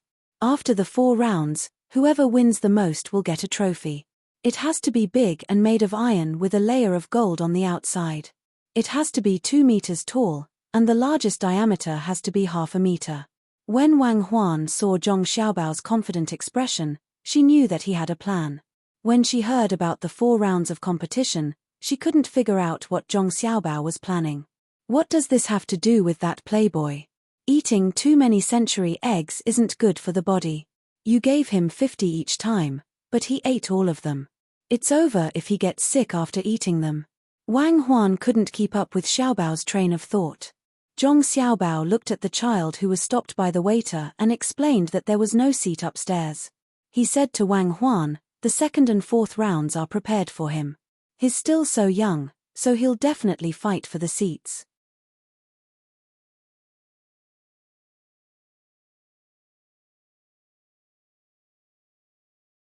When the waiter saw that the young master actually let him carry him, he was so excited that he didn't know what to do. His eyes were wide open. He found another waiter, and the two of them carried the car out of the door. They walked for nearly 100 meters before they put down Zhong Xiaobao and Wang Huan. The waiter who carried Zhong Xiaobao just now hurried back to the restaurant. When he saw that those people were still asking to go upstairs and were about to start a fight, he quickly said, "Dear guests, there is indeed no space on the second floor. If you want to go up to the top to see the view, you can go to the top. There is a shed there for you to drink and enjoy the scenery. But the price." The waiter stopped talking and looked at the 11 or 12-year-old child. "Can we go to the top? How much is it? Lead the way." This child really didn't care about money. "Sir, you can go up for 100 taels of silver. Do you want to go up now?" When the waiter said this, his voice was trembling. It was really too expensive. If it wasn't for the young master's order, he wouldn't dare to ask for 100 taels of silver. The child looked at the people around and saw that they all had awkward expressions. He knew that no one had a single tael of silver on them. He put his hand into the sleeve that was obviously a little heavy. When he took it out, he was already holding a bag. He opened it and took out a few yellow things. There were little rabbits, ponies, and small fish. He gave them to the waiter. "That's all. See if it's enough." He threw down this sentence and walked up. "It's enough, it's enough. Only these. Take them well. Naturally, someone will come and give you the money in exchange for these things. If there is one missing, be careful of your head." Before the waiter could finish speaking, one of the people stood up and threatened him. Before he went up, he snorted. Seeing that the person went up, the waiter didn't dare to stay. He took these things and ran out. He also knew what these things were. He heard that when the palace rewarded people, they would usually make various shapes of gold. There would be a mark on it. Not to mention that someone would come to exchange for it. Even if no one did, he wouldn't dare to spend it. This was such a big matter. The waiter understood that the restaurant manager couldn't handle it. He could only send it to the young master and see what he planned. "People can go up to the top of your building?" The woman was still thinking about the jade pendant. For a moment, she couldn't think of who would have such a thing. But she knew that it definitely came from the palace. Seeing that the person went up, she asked the waiter. "Yes, you can go up. The top of the building has no shelter, but it's like floating clouds. It's just that the price is too high. Ordinary people can't go up." The waiter was quite sensitive and knew how to respond. "Little sister, since we're almost done eating, why don't we go back early?" At this time, the man spoke. He was thinking about the identity of the two children and was ready to go up and see. "Yes, it's time to go." The woman also reacted. The people upstairs could slowly investigate, but the matter arranged by the Prime Minister couldn't be delayed. The two children were definitely not ordinary. She had just made a move, and someone wanted to protect them. How could they be ordinary people? The two of them paid the bill and left. The dishes had not yet been served, and the plates on the table had not been touched. When the two of them chased after them, they saw from afar that the waiter who had just taken the gold was saying something to the two children. Because it was too far away, they could not hear what they were saying, so they could only continue to chase after them. After walking a few more steps, the waiter had already turned back. The two children were sitting on a strange thing, and their two legs were moving very fast. The road in Zhuangzi was well built, and the ground was flat. Also, it wasn't raining. The man and woman wanted to chase after them, but they were stopped by the waiter. By the time they got rid of the waiter and chased after them again, the two children had already sat on that thing to a small slope. Just as the man and woman were overjoyed and thought that they could catch up, one of the two children had something in his mouth. He blew with all his might, and the ear-piercing sound spread far and wide. The children they met on their way here, who still couldn't get anything out of them, rushed over from all over the place. Nearly 30 people surrounded the two children. Then, they saw that the two children were still sitting on that unknown thing, and were being carried forward by others. When the man and woman saw this scene, they finally gave up the idea of continuing to chase. The woman looked in that direction and said, "The little ancestors of Zhengjia Zhuangzi and Wang Zhuangzi are eating on the first floor of the restaurant." The people who stood up on the first floor of the restaurant were the 2 villagers of Zhuangzi. The man also agreed. Yes, no wonder the 2 children dared to come out and play. When the whistle blew, the 2 Zhuangzi people who heard it moved even more. "Look over there," the adults who live nearby also came out.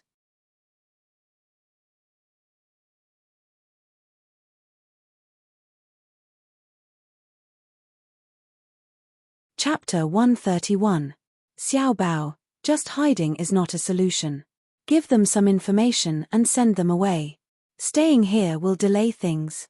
Prime Minister Yarrow is still waiting. Give the rice seedlings to GE Family's Zhuangzi and reveal that they are growing well. Tell them about the relief provided to GE Family's Zhuangzi during the drought. What do you think? Wang Huan sat in the car and asked Zhong Xiaobao softly as they were being carried back. Zhong Xiaobao first turned his head to Weiwei and then glanced at the 2 people standing there. He nodded and said, "Okay, let her go find someone from GE Family's Zhuangzi. It will be more convincing to hear it from someone else."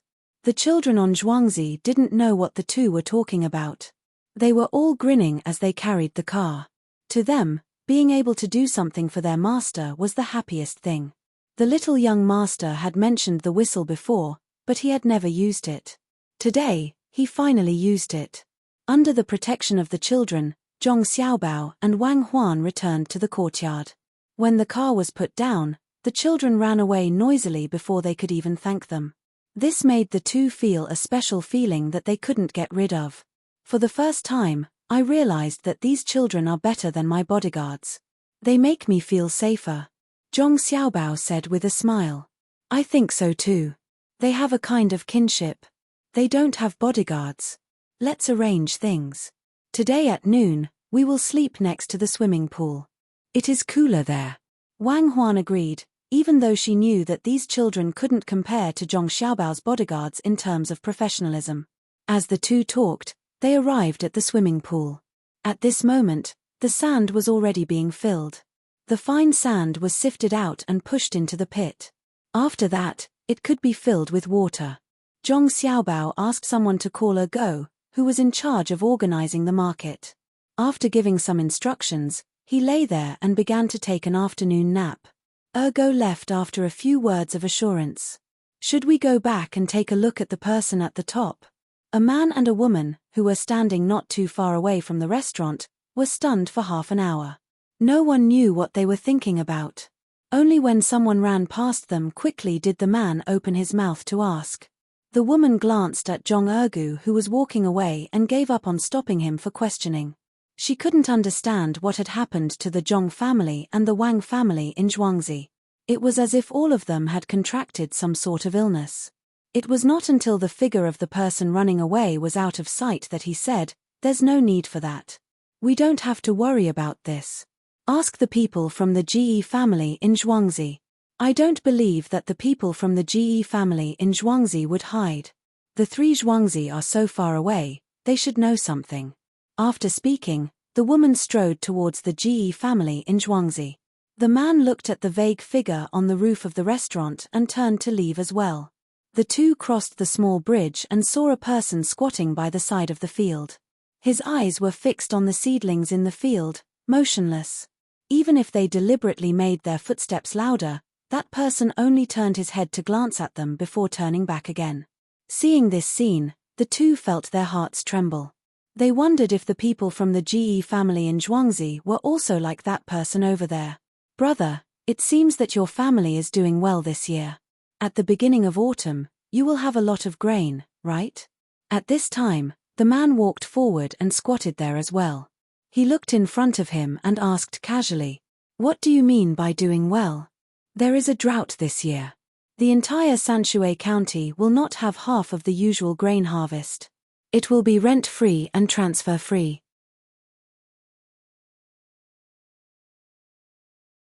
The person from the GE family's farmstead looked at the 2 of them warily and tried to explain himself. He was afraid that the 2 of them would praise his land and end up having to pay the rent. The other places in Sanshui County had already reduced their production, so they had to report the same. Brother, you are right. It is indeed a little worse. Of course, we will be rent-free. Brother, I see that the crops in your Zhuangzi field are not as good as the crops in the two Zhuangzi fields over there. If I were you, I would also use new seeds. The man also knew why the farmer said this. The entire county was in drought. If there was a good harvest here, they would be able to save up a lot of grain. His family would be more well off.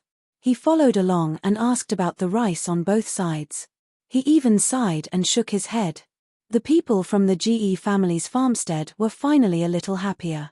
You're right. That place is indeed better than mine, but it's not because of the use of new seeds.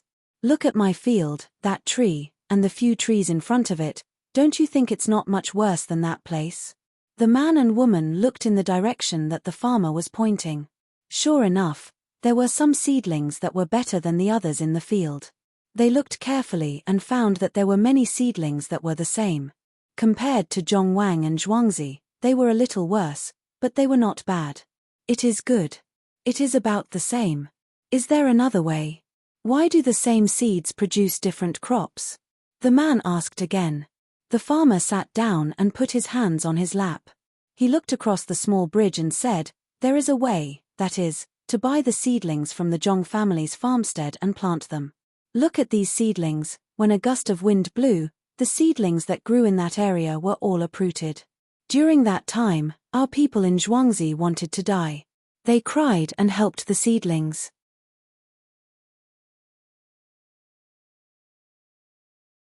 The people from Zhongwang and Zhuangzi also came to help. However, the seedlings were broken and it was useless to help them. The master was kind and helped us buy a lot of seedlings from Zhangjia Zhuangzi. He asked us to replant them. Look, now they are like young men. Ah! Replanted. They can grow so well. The two people asked in surprise. Even if they did not know how to farm, they had heard about it. The woman asked again. They came to help. Aren't they afraid that the seedlings in the field will be blown away? Blown away? It is different. I went to see the seedlings in Zhongwang and Zhongzhong's fields. They were not this big at that time. They were like fat boys who had eaten their fill. They stood in the water with their hands on their waists and let the wind blow. They could even block the wind for their younger brothers and sisters behind them. The farmer obviously thought that the seedlings in Zhongwang and Zhongzhong were people. As he spoke, he gestured. His face was flushed with excitement. He was no longer as stiff as before. After the farmer finished speaking, he saw that the two people were in a daze.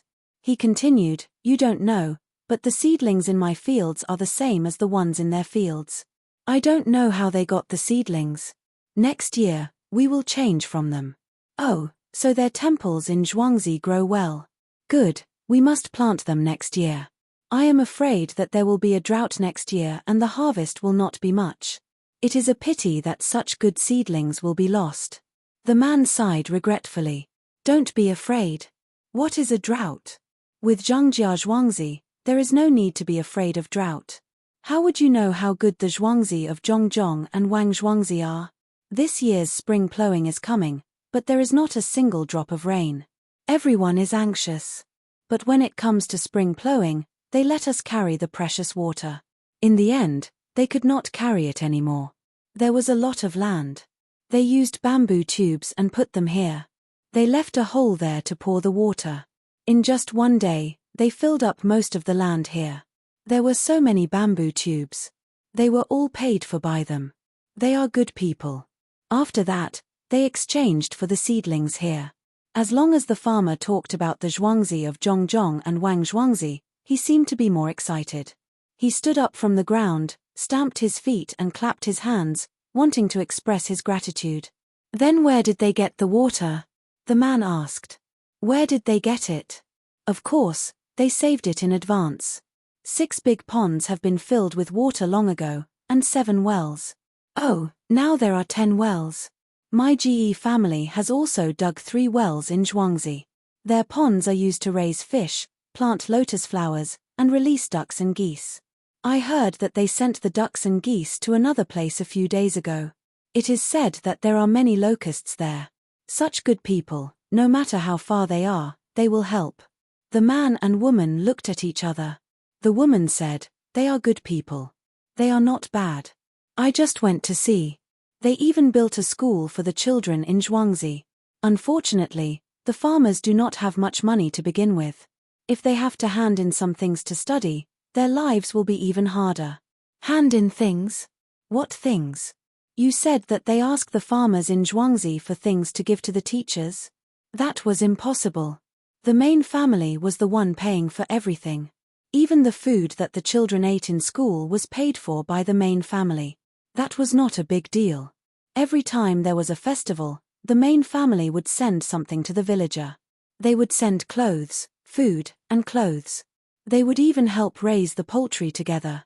I heard that after the autumn harvest, the children in Zhuangzi of the GE family can also go to school, but they don't have to eat. When there are more chickens, ducks, and geese, the farmers in Zhuangzi of the GE family will help raise them. Their lives will be better. The elders of the two families will definitely live to 100 years old. They are all good people. When the farmer talked about this, he became excited again. It seemed that a good life would appear tomorrow. His eyes, which were originally a little cloudy, became clear. The two of them finally understood why they didn't tell anyone when they went to scout for information, and why so many people came over when the whistle sounded. The main family had given them all the benefits that they could. Anyone who wanted to scheme against them through the manor could be said to be daydreaming. Good, brother is right. Those people will definitely live to 100 years old. Brother, is there anything else? After knowing the reason for this obstacle, the two wanted to get more information from the farmer so that they could go back and report to the Grand Chancellor. They were very satisfied with what they had learned. No, what else do you want to ask? That's all I know. The farmer shook his head and did not say anything else. He had already said what he could according to Ergo's instructions. He was not willing to reveal anything else. When the two saw the farmer's expression, they gave up on asking any more questions. They felt that it was good enough that a farmer knew this much. They thanked him and got up to leave. The farmer also grinned and walked back, humming a song that they did not know the name of. He was very happy to be able to help the Zhong family and Wang family Zhuangzi. Are we going back directly?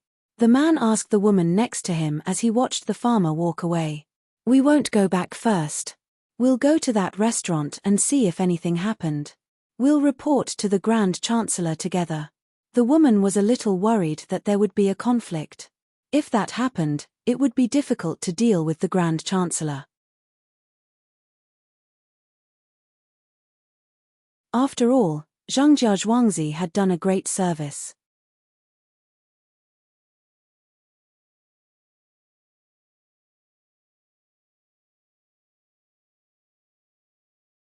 Chapter 132. Green Mountains and Boundless Green Grass. Birds were flying, spreading their wings freely, like a jade pond, sparkling under the light. Upstairs of chatting and laughing, drinking wine. The wind blew the bells, echoing faintly. Clouds covered the sun, the sound of a flute was long. Suddenly looking, there were bandits fleeing from the wilderness. Stumbling, only then did they know that their country was in peril. Beside the clouds, it was not heaven. On the rooftop of the Water Cloud Tavern, the young master dressed in luxurious clothing was enjoying the scenery around him amidst the cheers of the crowd when he heard the sound of a flute. He saw a group of people fleeing from the wastelands, bringing their wives and children with them, playing the flute as they begged for money. Finally, he woke up from that fleeting feeling. Thinking about the drought and the plague of locusts in so many places, his mood worsened. Why hasn't Li Cheng bought this restaurant yet? Someone should go and take a look. The young master's mood was ruined, and he couldn't bear to look at that family anymore, so he could only vent his anger on someone else. That person hurriedly ran downstairs. After a while, he came back and reported in a low voice, "Young master, Li Cheng went out. I heard the manager of this restaurant say that there are 3 owners of this restaurant, and they need to agree before they can sell. Li Cheng went to look for those 3 owners. Well, let's go, we won't eat here. The refugees can actually come here, those officials are all freeloaders. They deserve to be killed for ruining my mood. The young master in luxurious clothes said impatiently and led the way downstairs. The surrounding people immediately surrounded them. The money for going upstairs had been paid, but the money for the meal had not been paid. Moreover, they had ordered a lot of good things, so the manager didn't dare to stop them. Since he saw the gold, he knew that their identities were different, so he ordered the waiter to send it outside. When someone came to exchange money for the gold, he would ask for as much as he could. Otherwise, he would have to pay for it. Naturally, the waiter on the roof went up to clean up. Seeing that the dishes were basically untouched and that they drank a lot of wine, he sighed at the extravagance of the rich. The two waiter put away the dishes that could not be left behind, waiting to eat together in the evening. When they looked at the dishes that could not be left behind, they shook their heads and could only eat 2 mouthfuls and throw them away. They didn't dare to continue to sell things to others like other small stores. The owner had already given a death order that they could not earn money. Just as they were feeling regretful, they heard the sound of a flute coming from below. They looked up and saw a family of 4 fleeing here. The youngest child was on the man's back, and the woman was leading a 6 or 7 years old little girl. They looked pitiful. Looking at each other, the two waiter finally knew how to deal with these things. There were also the untouched big steamed buns that had been sent up. Ignoring the other dishes, they put the untouched ones on the tray. They also took the steamed buns, 3 pairs of chopsticks, and a spoon. They ran downstairs as fast as they could to welcome the 4 people. Surprisingly, not a single drop of soup spilled from the bowl on the tray. Just as the young master brought people out, he felt a burst of wind beside him, accompanied by the fragrance of several dishes. He glanced around and saw the 2 waiter running with the tray. The dishes on the tray were very familiar. With his good memory, he could even remember the names of the dishes. Oyster and winter melon soup, fresh mixed bamboo shoots, steamed beef marrow, shrimp tofu, 3 dishes and 1 soup. Young master, those are the dishes we ordered up there. They can't even leave these dishes. Do they want to sell them to those 4 people? A servant at the side also saw the dishes clearly and said to the young master, "Get out of my way, are you stupid? Do those 4 people have the money to buy anything? If I knew this would happen, I would have sent them myself. At least they would be grateful. If my father knew, he would praise me even more. Between the clouds and the water restaurant is not bad." The young master glared at the servant next to him. He regretted that he didn't personally give the dishes to them. It is not bad. Young master is amazing. You can see it with one look. The people in the restaurant are kind. After being scolded, the servant quickly continued to flatter. You stay away from me. Learn more from Li Cheng in the future. What does kindness have to do with me? The disaster victims will be taken care of by the imperial court.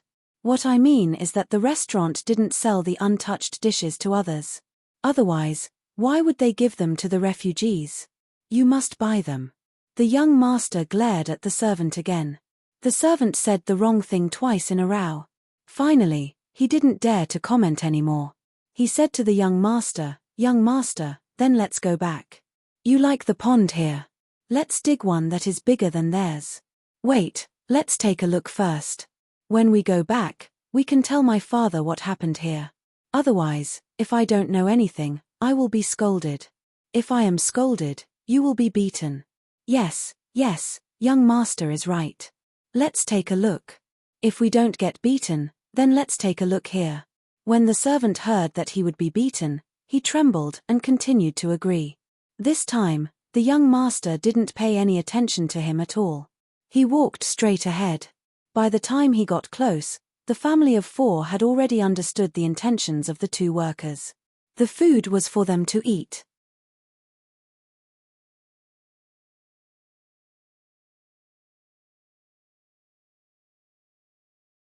He didn't want the money, but he could stand it, but the child couldn't. "Young master, I still have some money." The person who was beaten just now took out a string of 70 to 80 copper coins. It was the most standard Kai Yuan Tong Bao. It was quite heavy. Who knew why he was carrying such heavy money? When the young master saw the copper coins, he was happy. He took it and let someone give it to the 4 people in front of him. He looked at the person who was about to be beaten and nodded. When the person saw that the young master didn't say to exempt him from being beaten, he had to give another idea. Young master, you can tell them that they don't have to go too far if they want to do business. At night, there will be a market here. The price of all kinds of things is fair, but they are not allowed to buy in large quantities. Let them buy a little bit of everything. At dawn, they have to walk 20 miles to a place in front of them to sell. They can earn 10 or 8 copper coins, which is enough for their family to eat. When he spoke, his voice was not low. Not only did the young master hear it, but the 4 people also heard it clearly. They knelt down and kowtowed again. Fortunately, the man knew that he should thank the person who gave the idea. Otherwise, he would have harmed others. While the young master asked someone to help him up, he praised, "Good, this is a good idea. Then you don't have to be beaten. When you go back, you will receive 5 taels of silver as a reward. Benefactor, please tell us your name. We will definitely remember it. When we survive, we will work hard for you." The man of that family cried with gratitude and asked for his benefactor's name. My surname is Li, and my name is Wang Zun. You don't have to remember. Live a good life. If you can't eat, you can go to between the clouds and the water to eat. Just remember my name.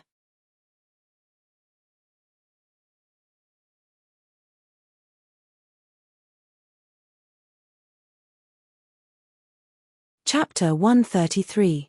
This young man who claimed to be Li Wangshuan's son, who was also a child, gave the surrounding people a fright when he said those words. Only when they heard those words did they calm down. Li Wangshuan wouldn't wait here to make people kneel and thank him.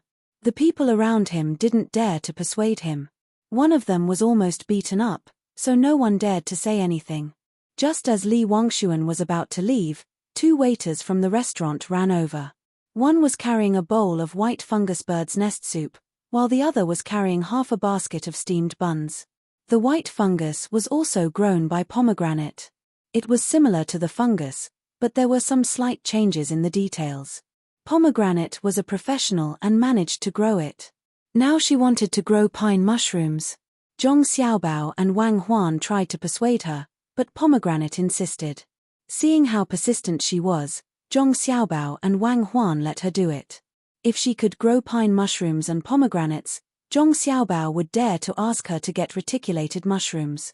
Not to mention this era, even back then, the price of reticulated mushrooms was the highest. Wild ones were even priceless, unlike other mushrooms that were sold by kilograms. Although there were 3 dishes and 1 soup, as well as many steamed buns, all of it had been finished by the 4 of them. Not even the soup was left. The child digested the food very quickly. He had just been fed some soup. At this moment, he peed. His small eyes looked at the new thing that was brought over. Being carried by his sister, he stretched out his arms and opened his small hands to grab it. "Quick, waiter, feed the child. Let me see if everything in this bowl is good." Li Wangshuan had never felt this way before. The more he looked at the child, the more he liked him.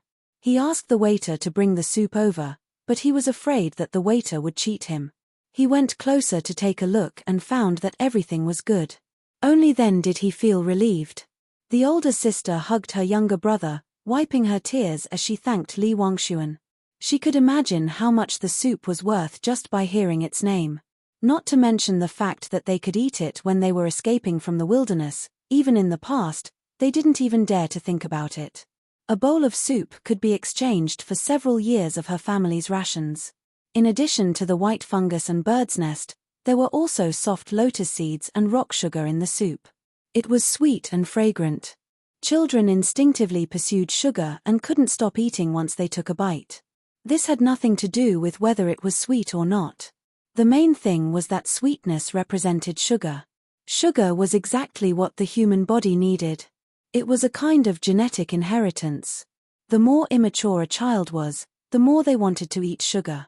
This time, without waiting for the older sister to wipe it with her sleeve, Li Wangshuan took out a handkerchief and helped the child wipe the drool from his mouth. When his hand touched the child's tender face, he couldn't help but pinch it lightly. Amidst the worries of the adults, the child didn't cry as he usually did when strangers touched him. Instead, he opened his eyes wide and opened his arms with a smile, letting Li Wangshuan hug him. Li Wangshuan wanted to reach out, but he was stopped by the people beside him, so he couldn't do anything. At this time, the person who had almost been beaten pulled a waiter over and told him what had happened. The waiter immediately knew what to do. "Young master, don't worry. Leave this family's matter to between the clouds and the water. Between the clouds and the water just happens to be lacking a dishwasher and a chopper. Oh, the dishwasher only needs to do 8 hours a day. Between the clouds and the water will give the dishwasher a bowl of clear water pig's knuckle soup, at least half a pig's knuckle each time."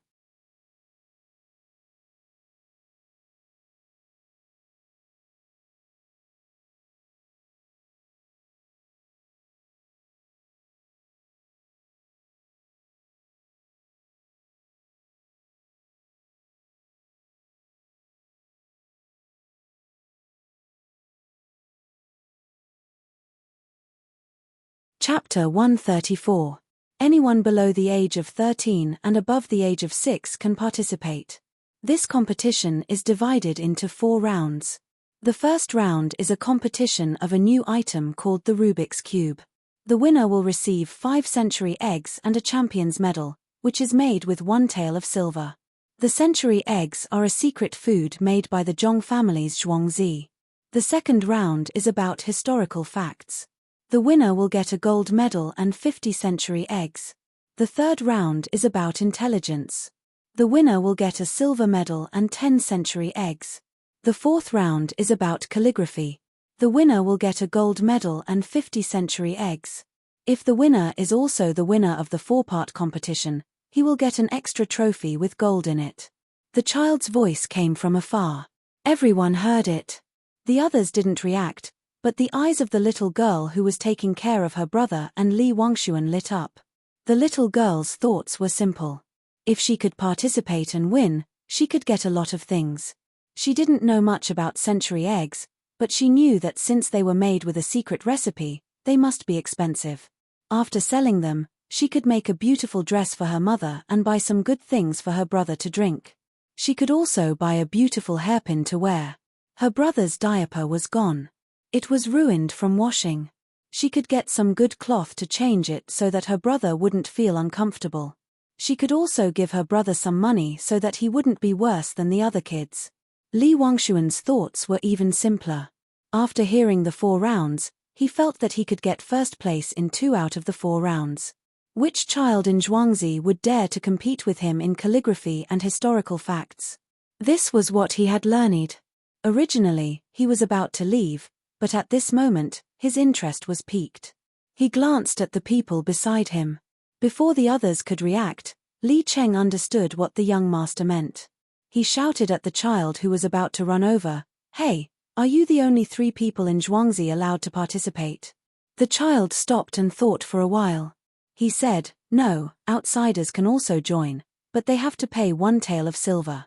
That Rubik's Cube is expensive. Uncle, you can't. You're too old. I won't let you play. Don't go." Seeing that this child was about to leave with the other children, Li Cheng quickly shouted again, and then said, "Well, do you see the one next to me? Our young master is definitely not 13 years old this year.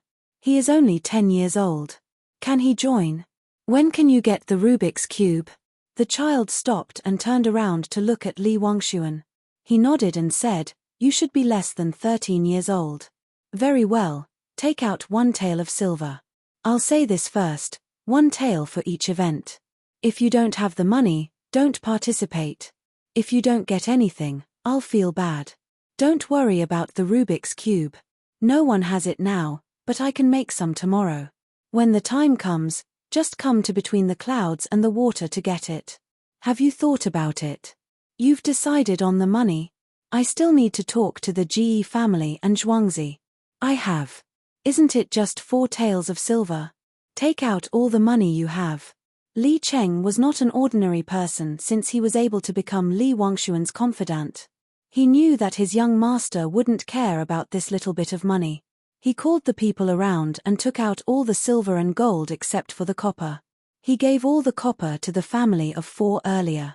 At this time, Li Wangshuan personally stepped forward and took out a piece of gold and handed it to the child.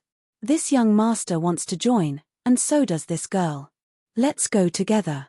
Go to the restaurant and tell them to change the money. Tomorrow morning, this young master will send someone to get the Rubik's Cube. Let's go.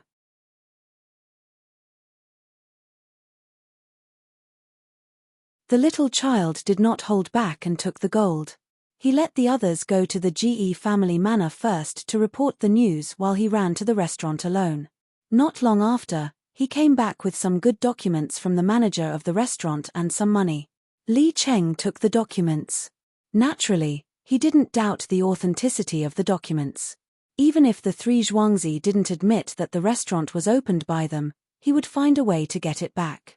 He nodded to his young master and the group finally left the place. They walked towards the newly bought Zhuangzi. When they were far away, the waiter didn't dare to delay and ran to the Zhong family's manor. When he arrived, he immediately looked for the steward. The gatekeeper knew that the waiter of the restaurant had important information, so he didn't dare to be negligent. Soon, he found the steward. That person has already joined. His surname is Li, and his name is Li Wangshuan. He arranged for a family of 4 to stay in the restaurant. The other 2 people who were sent to gather information are watching from the side. They didn't come. The waiter finished his sentence and ran back. This information was quickly passed to Zhong Xiaobao and Wang Huan. The 2 of them were watching the water in the swimming pool gradually settle and become clear. Xiaobao, do you know Li Wangshuan? Who is he? Why haven't I heard of him? Wang Huan bit a piece of orange in her mouth. It was so sour that her whole face twitched. She didn't forget to ask Zhong Xiaobao. I don't know. I've never heard of this name. Many people used to tell me about history, but they didn't mention that there was such a person in the royal family of the Tang dynasty. What's his name? Li Wangshuan? It's just a small trick. Isn't he Li Zun? He's the son of the emperor's father's second son. Zhong Xiaobao thought about it carefully and finally understood. He combined the last 2 words into one word.